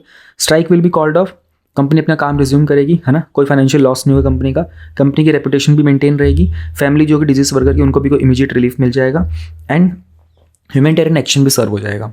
सेकंड है डीमेरिट का, तो एक रॉन्ग प्रेसिडेंट सेटअप हो जाएगा, है ना। अगर वर्कर्स को ऐसे इंसेंटिवाइज करोगे जो वर्क आवर्स में ड्रिंक करते हैं तो, और फ्यूचर में मोर ज़्यादा डिमांड आएगी, कंपनी पे बर्डन इंक्रीज होगा, अनरीजनेबल है ना। और जो वर्कर था वो रिस्पॉन्सिबल था इस एक्सीडेंट के लिए, तो वो चीज़ जस्टिफाई हो नहीं पाएगी। ठीक है ना। ऑनेस्ट यानी कि जो रिस्पॉन्सिबिलिटी होती है तो there doesn't lie on the company, तो this may spoil the work culture. अगर ऐसे जो लोग काम पे शराब पे करके आएंगे, उनका एक्सीडेंट हो जाएगा, उनको सपोर्ट मिलती रहेगी, तो एक रॉन्ग कल्चर सेटअप हो जाएगा, वो लोग डरेंगे नहीं इस बात को लेकर के। सेकंड ऑप्शन हमारे पास ये था, wait till the workers return to work and do nothing. इसका क्या फ़ायदा होता है, कंपनी को कोई कंपनसेशन नहीं देना पड़ेगा, कोई फाइनेंशियल बर्डन नहीं आएगा, लेकिन नुकसान क्या होता है, स्ट्राइक अगर लंबी खिंच गई तो, है ना, तो अगर उनका जो वर्कर्स का जो वेज लॉस होगा वो भी कंटिन्यू रहेगा, है ना, और आपकी खुद की पर्सनल वैल्यूज़ की भी अगेंस्ट है ये वाली बात। तीसरा ऑप्शन हमारे पास होता है कंपनसेशन डिनाई कर दो। फायदा क्या होगा, कंपनी का स्टैंड बहुत क्लियर हो जाएगा कि इस तरह की जो डिमांड्स होगी उनको फ्यूचर में रेज आप ना करो। नुकसान क्या होगा, फैमिली जो होगी ना उसको कोई फ़ायदा नहीं हो पाएगा, स्ट्राइक लंबी चल सकती है और ये कंपैशन के भी अगेंस्ट जाता है। फिर हमारा कोर्स ऑफ एक्शन क्या होना चाहिए, हम लोगों ने 3 ऑप्शन देखे, हम लोगों ने तीनों के मेरिट्स एंड डीमेरिट्स भी देखे। अब हम लोग इसको लॉन्ग टर्म में कैसे लेके चलेंगे, हमारा कोर्स ऑफ एक्शन क्या होने वाला है। नंबर 1, कंडक्ट करो inquiry to know how this drunken employee was allowed to work, उसको अलाउ कैसे किया गया। एक अकाउंटेबली इंश्योर करो ताकि वर्क कल्चर में एथिकल और प्रोफेशनल वर्क को मेंटेन किया जाए। यूनियन लीडर्स के साथ एंगेज करो, है ना, उनको बोलो कि स्ट्राइक को बंद करे, कॉल ऑफ करे, है ना। एक डायलॉग इनिशिएट करो फैमिली के साथ, यूनियन लीडर्स के साथ उस मैटर पे। कंसल्ट करो बाकी के हिस्सेदारों को भी जिनसे ट्रस्ट बना सकते हो, है ना। वर्क कल्चर को ऑर्गेनाइजेशन में कैसे मजबूत किया जा सकता है इस पर काम करो। कंपनी को ह्यूमैनिटेरियन ग्राउंड्स के ऊपर कुछ फाइनेंशियल असिस्टेंस देना चाहिए in the form of loan और एड। हेयर आफ्टर ये एक स्ट्रिक्ट मॉनिटरिंग का कॉन्सेप्ट लेके आओ, है ना, मैकेनिज्म लेके आओ ताकि वर्कर्स जो है वो काम के समय पर ड्रिंक ना करें एंड इस तरह की चीज़ों को प्रेमिसेस के अंदर अलाउ ना किया जाए। SOPs बनाओ, स्टैंडर्ड ऑपरेटिंग प्रोसीजर सेटअप करो इस तरह के केसेस को हैंडल करने के लिए अगर फ्यूचर में आते हैं तो। ऑर्गेनाइजेशन का जो कोड ऑफ कंडक्ट होता है, कोड ऑफ एथिक्स होता है, उसको भी रिवाइज करो। तो स्टेप्स क्या हो गए हमारे, इंक्वायरी कंडक्ट करो, लूप होल्स को फिक्स करो, अकाउंटेबिलिटी मेंटेन करो, ह्यूमैनिटेरियन ग्राउंड्स पर कंपेंसेट कर दिया जाए, SOPs बनाओ इस तरह के केसेस को हैंडल करने के लिए। इसके फ़ायदे क्या होंगे, कंपनी की रेपुटेशन बनी रहेगी, है ना, स्ट्राइक भी बंद हो जाएगी, डिजीज़ की फैमिली को एक फाइनेंशियल सपोर्ट मिल जाएगा, एम्प्लॉयज़ का सेटिस्फेक्शन भी हो जाएगा, वो इंप्रूव हो जाएगा और पर्सनल वैल्यूज़ भी आपकी अपहेल्ड हो पाएंगी। तो जो सजेस्टेड कोर्स ऑफ एक्शन है ना, this is in line with principles of compassion and empathy and ये बहुत सारे एथिकल डायलेमास को सॉल्व भी करता है with respect to different stakeholders. Simple, easy, ठीक है। इन केस स्टडीज़ को ना समझने की कोशिश किया करो कि ऐसे सिचुएशन आपके पास जब फ्यूचर में भी आएंगी तब भी आप कैसे ऑपरेट करोगे, अपनी थिंकिंग को वैसे डेवलप करना स्टार्ट कर दो। Next we have this case study, ये भी 20 नंबर की है, 4 पेजेस के हैं। You are manager of a spare parts company A and आपको नेगोशिएट करनी है एक deal with the manager of a large manufacturing company B. ठीक है, डील जो है बहुत कॉम्पिटिटिव है और कंपनी के लिए, आपकी कंपनी के लिए इस डील को सील करना बहुत इंपॉर्टेंट है। तो deal is being worked out over dinner पे इसके बारे में बात की जा रही है। डिनर के बाद जो मैनेजर होता है मैन्युफैक्चरिंग कंपनी बी का, उसने आपको ऑफर किया कि वो आपको होटल अपनी कार में ड्रॉप कर देगा आपको। जब वो रास्ते में थे तो गलती से एक मोटरसाइकिल को हिट कर देते हैं, है ना। जो मोटरसाइकिलिस्ट होता है उसको चोट लग जाती है। अब आप जो जानते थे कि जो मैनेजर था वो बहुत फास्ट ड्राइव कर रहा था, उसने कंट्रोल खो दिया था। जो लॉ इन्फोर्समेंट के ऑफिसर्स आते हैं, इन्वेस्टिगेट करते हैं इशू को और आप उसके सोल आई विटनेस हो, एकमात्र आप जिसने उसको देखा था, ठीक है। चश्मदीद गवाह बोलते हैं ना इसको, सोल आई विटनेस। तो स्ट्रिक्ट लॉज को जानते हुए, है ना, रोड एक्सीडेंट्स को ध्यान में रखते हुए आप अवेयर हो कि आपको इंसिडेंट की ऑनेस्टी के बारे में पता था, है ना। तो इसके कारण क्या हो सकता है, प्रोसिक्यूशन हो सकता है मैनेजर का और एज ए कॉन्सिक्वेंस क्या होगा, आपकी जो डील होगी ना वो भी जेपरडाइज हो जाएगी, तो जो कि आपकी कंपनी के लिए बहुत इंपॉर्टेंट रखती भी है। तो कौन से डायलेमास हैं यहाँ पर जो आपको फेस करने पड़ेंगे, है ना, और आपका सिचुएशन में क्या रिस्पॉन्स होगा। तो देख रहे हो धर्म संकट यही होता है, धर्म संकट, इसी चीज़ में फंस जाते हैं लोग। तो ऐसी केस स्टडीज़ होती हैं, इन्हीं को एक तरीके से शॉर्ट में जब वो डिफेंस के एग्जाम होता है ना, SSB होता है, वहाँ पर सिचुएशन रिएक्शन टेस्ट दिया जाता है। वो थोड़ा इतना इन डेप्थ नहीं होता लेकिन क्विक होता है, और वहाँ पर भी आपका फर्स्ट रिस्पॉन्स चेक किया जाता है। तो समझने की कोशिश करते हैं। सिलेबस में आपका जो एथिक्स एंड ह्यूमन इंटरफेस होता है वहाँ से आया है, उसमें डॉक्ट्रिन ऑफ कर्मा होता है, वहाँ से आया है। तो स्टेक होल्डर कौन कौन है, कंपनी ए है, कंपनी बी है और मोटरसाइकिलिस्ट है। इश्यूज़ क्या क्या है, the case here pertains to an incident जहाँ पर मैनेजर जो था कंपनी बी का, जो नेगोशिएट करना चाहता है डील मेरी कंपनी ए के साथ, उसने एक मोटरसाइकिलिस्ट को हिट कर दिया रैश ड्राइविंग में और उसको बहुत बैडली इंज्योर भी किया है। तो मैं उसका को पैसेंजर था, ठीक है ना, मैं एक डायलेमा में आ गया हूँ कि क्या मैं इस इंसिडेंट के बारे में सच्ची बातें रिवील कर दूँगा, सच बातें रिवील कर दूँगा तो ये जो पर्सन होगा ये इसको जेल हो सकती है ना, और मेरी डील जो होगी वो कैंसिल हो जाएगी। बट अगर मैं नहीं करता हूँ, ठीक है, तो मे बी मैं एक व्यक्ति को जो दोषी था उसको मैं बचाने की कोशिश कर रहा हूँ। डायलेमास क्या क्या है यहाँ पर, ऑर्गेनाइजेशनल इंटरेस्ट है वर्सेस ह्यूमैनिटी एट लार्ज है ना। इसमें दिस इन्वॉल्व्स कि क्या मुझे अपना ऑर्गेनाइजेशन का इंटरेस्ट को प्रमोट करना चाहिए, इसमें एम्प्लॉयज़ का वेलफेयर भी है और ह्यूमैनिटेरियन स्टैंड भी लेना पड़ सकता है, ये भी है। दूसरा है self interest versus empathy toward the motorcyclist. तो इस तरह के माहौल में अगर इसमें शांत रहूँगा तो it will be self rewarding from however it could come out at the cost of being apathetic toward the motorcyclist. मुझको तो फ़ायदा हो जाएगा लेकिन जो व्यक्ति था उसके प्रति तो कोई भावना रहेगी नहीं ना मेरी। फिर एक डायलेमा है presenting the truth versus taking the partial responsibility being the co passenger. Okay, कौन से ऑप्शंस अवेलेबल है, हम खुद ही ऑप्शंस फ्रेम करेंगे। नंबर 1 है hide the truth and tell the law enforcement officer that the motorcyclist was at fault. ठीक है, फ़ायदा क्या होगा, विन विन सिचुएशन है, ठीक है, मेरी कंपनी के लिए भी, कंपनी बी के लिए भी, है ना, दोनों की डील साइन हो जाएगी और दोनों के कंपनीज़ के एम्प्लॉयज़ को फ़ायदा होगा। डीमेरिट क्या है, तो एक मॉरल टर्पिटाइड है ना, मेरे कैरेक्टर का इंजस्टिस होगा, ठीक है, मोटरसाइकिलिस्ट के साथ में, और I would be compromising with my integrity and my morals, है ना। तो ये अकुशल काम होगा, अकुशल कर्मा होगा और my part, and also it will bring the bad result the future as per the doctrine of karma. ठीक है, सेकेंड ऑप्शन मेरे पास है एक present and honest account of the incident to the officer which might invite the legal troubles for the company B. उसका फ़ायदा क्या होगा, मुझे अपने पर्सनल लेवल के ऊपर सेटिस्फेक्शन मिल जाएगी कि I am a law abiding citizen and I have a right moral compass. Justice would be meted out, motorcyclist को फायदा होगा, ठीक है ना, जो गलती करेगा मैनेजर कंपनी बी का उसको पनिशमेंट भी मिलेगी। ये जो कर्मा है ना, this is definitely driven by ethics and उसके कुछ पॉजिटिव रिजल्ट्स मिलेंगे मुझे फ्यूचर में। डीमेरिट्स क्या हो सकते हैं, डील मेरी थोड़ी सी जेपरडाइज हो जाएगी, है ना, और बहुत सारे एम्प्लॉयज़ के लिए थोड़ा सा नुकसान हो सकता है, मेरी कंपनी के लिए थोड़ा नुकसान हो पाएगा, और इसमें एक इमीडिएट सेटबैक तो लगेगा, शॉर्ट टर्म के करियर गोल्स का नुकसान हो सकता है। तो मेरा रिस्पॉन्स क्या होगा, I will take the second option and present honest account of the situation. However, I would also take some follow-up actions after this. I would try to convince my superiors that I am trying to keep my personal and professional life at distance with each other. I will try to contact company B. उनको present करूँगा एक honest account और making them understand कि irresponsible act of their employee. ठीक है, I will inquire about the health of the injured motorcyclist. This action might harm in the short run, but in the long term, it will bear fruitful results by strengthening the ethical framework of the company. Hence, this solution is holistic one. Always remember, ethics में आपको long term के जो benefits होंगे ना, उनके साथ साथ short term पर भी ध्यान देना पड़ेगा। ठीक है, इस पर्सन ने शॉर्ट टर्म पे कहाँ पे ध्यान दिया, ये कॉन्टैक्ट करेगा कंपनी बी को, उनको असली कहानी बताएगा और कोशिश करेगा उनको समझाने की कि देखो आपके एम्प्लॉय की वजह से गलती हुई थी, तो डील आपकी साइड से कैंसिल नहीं होनी चाहिए। ये होता है कि शॉर्ट टर्म को भी हैंडल करने की कोशिश की और उसकी हेल्थ को भी जांचा और उसमें ये भी ध्यान रखा कि यार मैं अपनी पर्सनल इंटीग्रिटी को भी मेंटेन करूँगा और मैं फ्यूचर में और बेहतर काम कर पाऊँगा। यहाँ पर एक ऑनेस्ट डील हो जाएगी तो हमारे पास ऑनेस्ट ऑप्शंस और भी आएंगे फ्यूचर में। That's it. कल हम लोग क्वेश्चन नंबर 13 एंड 14 करके इस चैप्टर को, इसको पेपर को पूरा खत्म कर देंगे। बहुत बहुत धन्यवाद आप लोगों का सपोर्ट करने के लिए, एंड माफ़ी चाहूँगा 2 दिन बीच में गैप था, लेकिन मैंने वो क्वेश्चन सारे कवर कर दिए। 1-2 एडिटोरियल जो आज के एडवांस में थे वो भी मैं कवर करूँगा, जस्ट बिकॉज की वीडियो बहुत लंबी हो जाएगी, आप लोग देखेंगे नहीं, तो मैं उनको भी कवर करूँगा। मिस कुछ भी नहीं कर रहा हूँ मैं, ठीक है। फरवरी में के महीने मैंने कोई भी टॉपिक मिस नहीं किया था, जिस बीच में वीडियो कभी नहीं आ पाती क्योंकि मेरा ट्रैवल का शेड्यूल बड़ा अजीब सा होता है, 2-3 दिन तक उधर उधर ट्रैवल कर रहे होते हैं तो कभी रिकॉर्ड कर पाना मुश्किल हो पाता है। बस that is the only reason, बाकी मैं मिस कुछ भी नहीं कर रहा हूँ।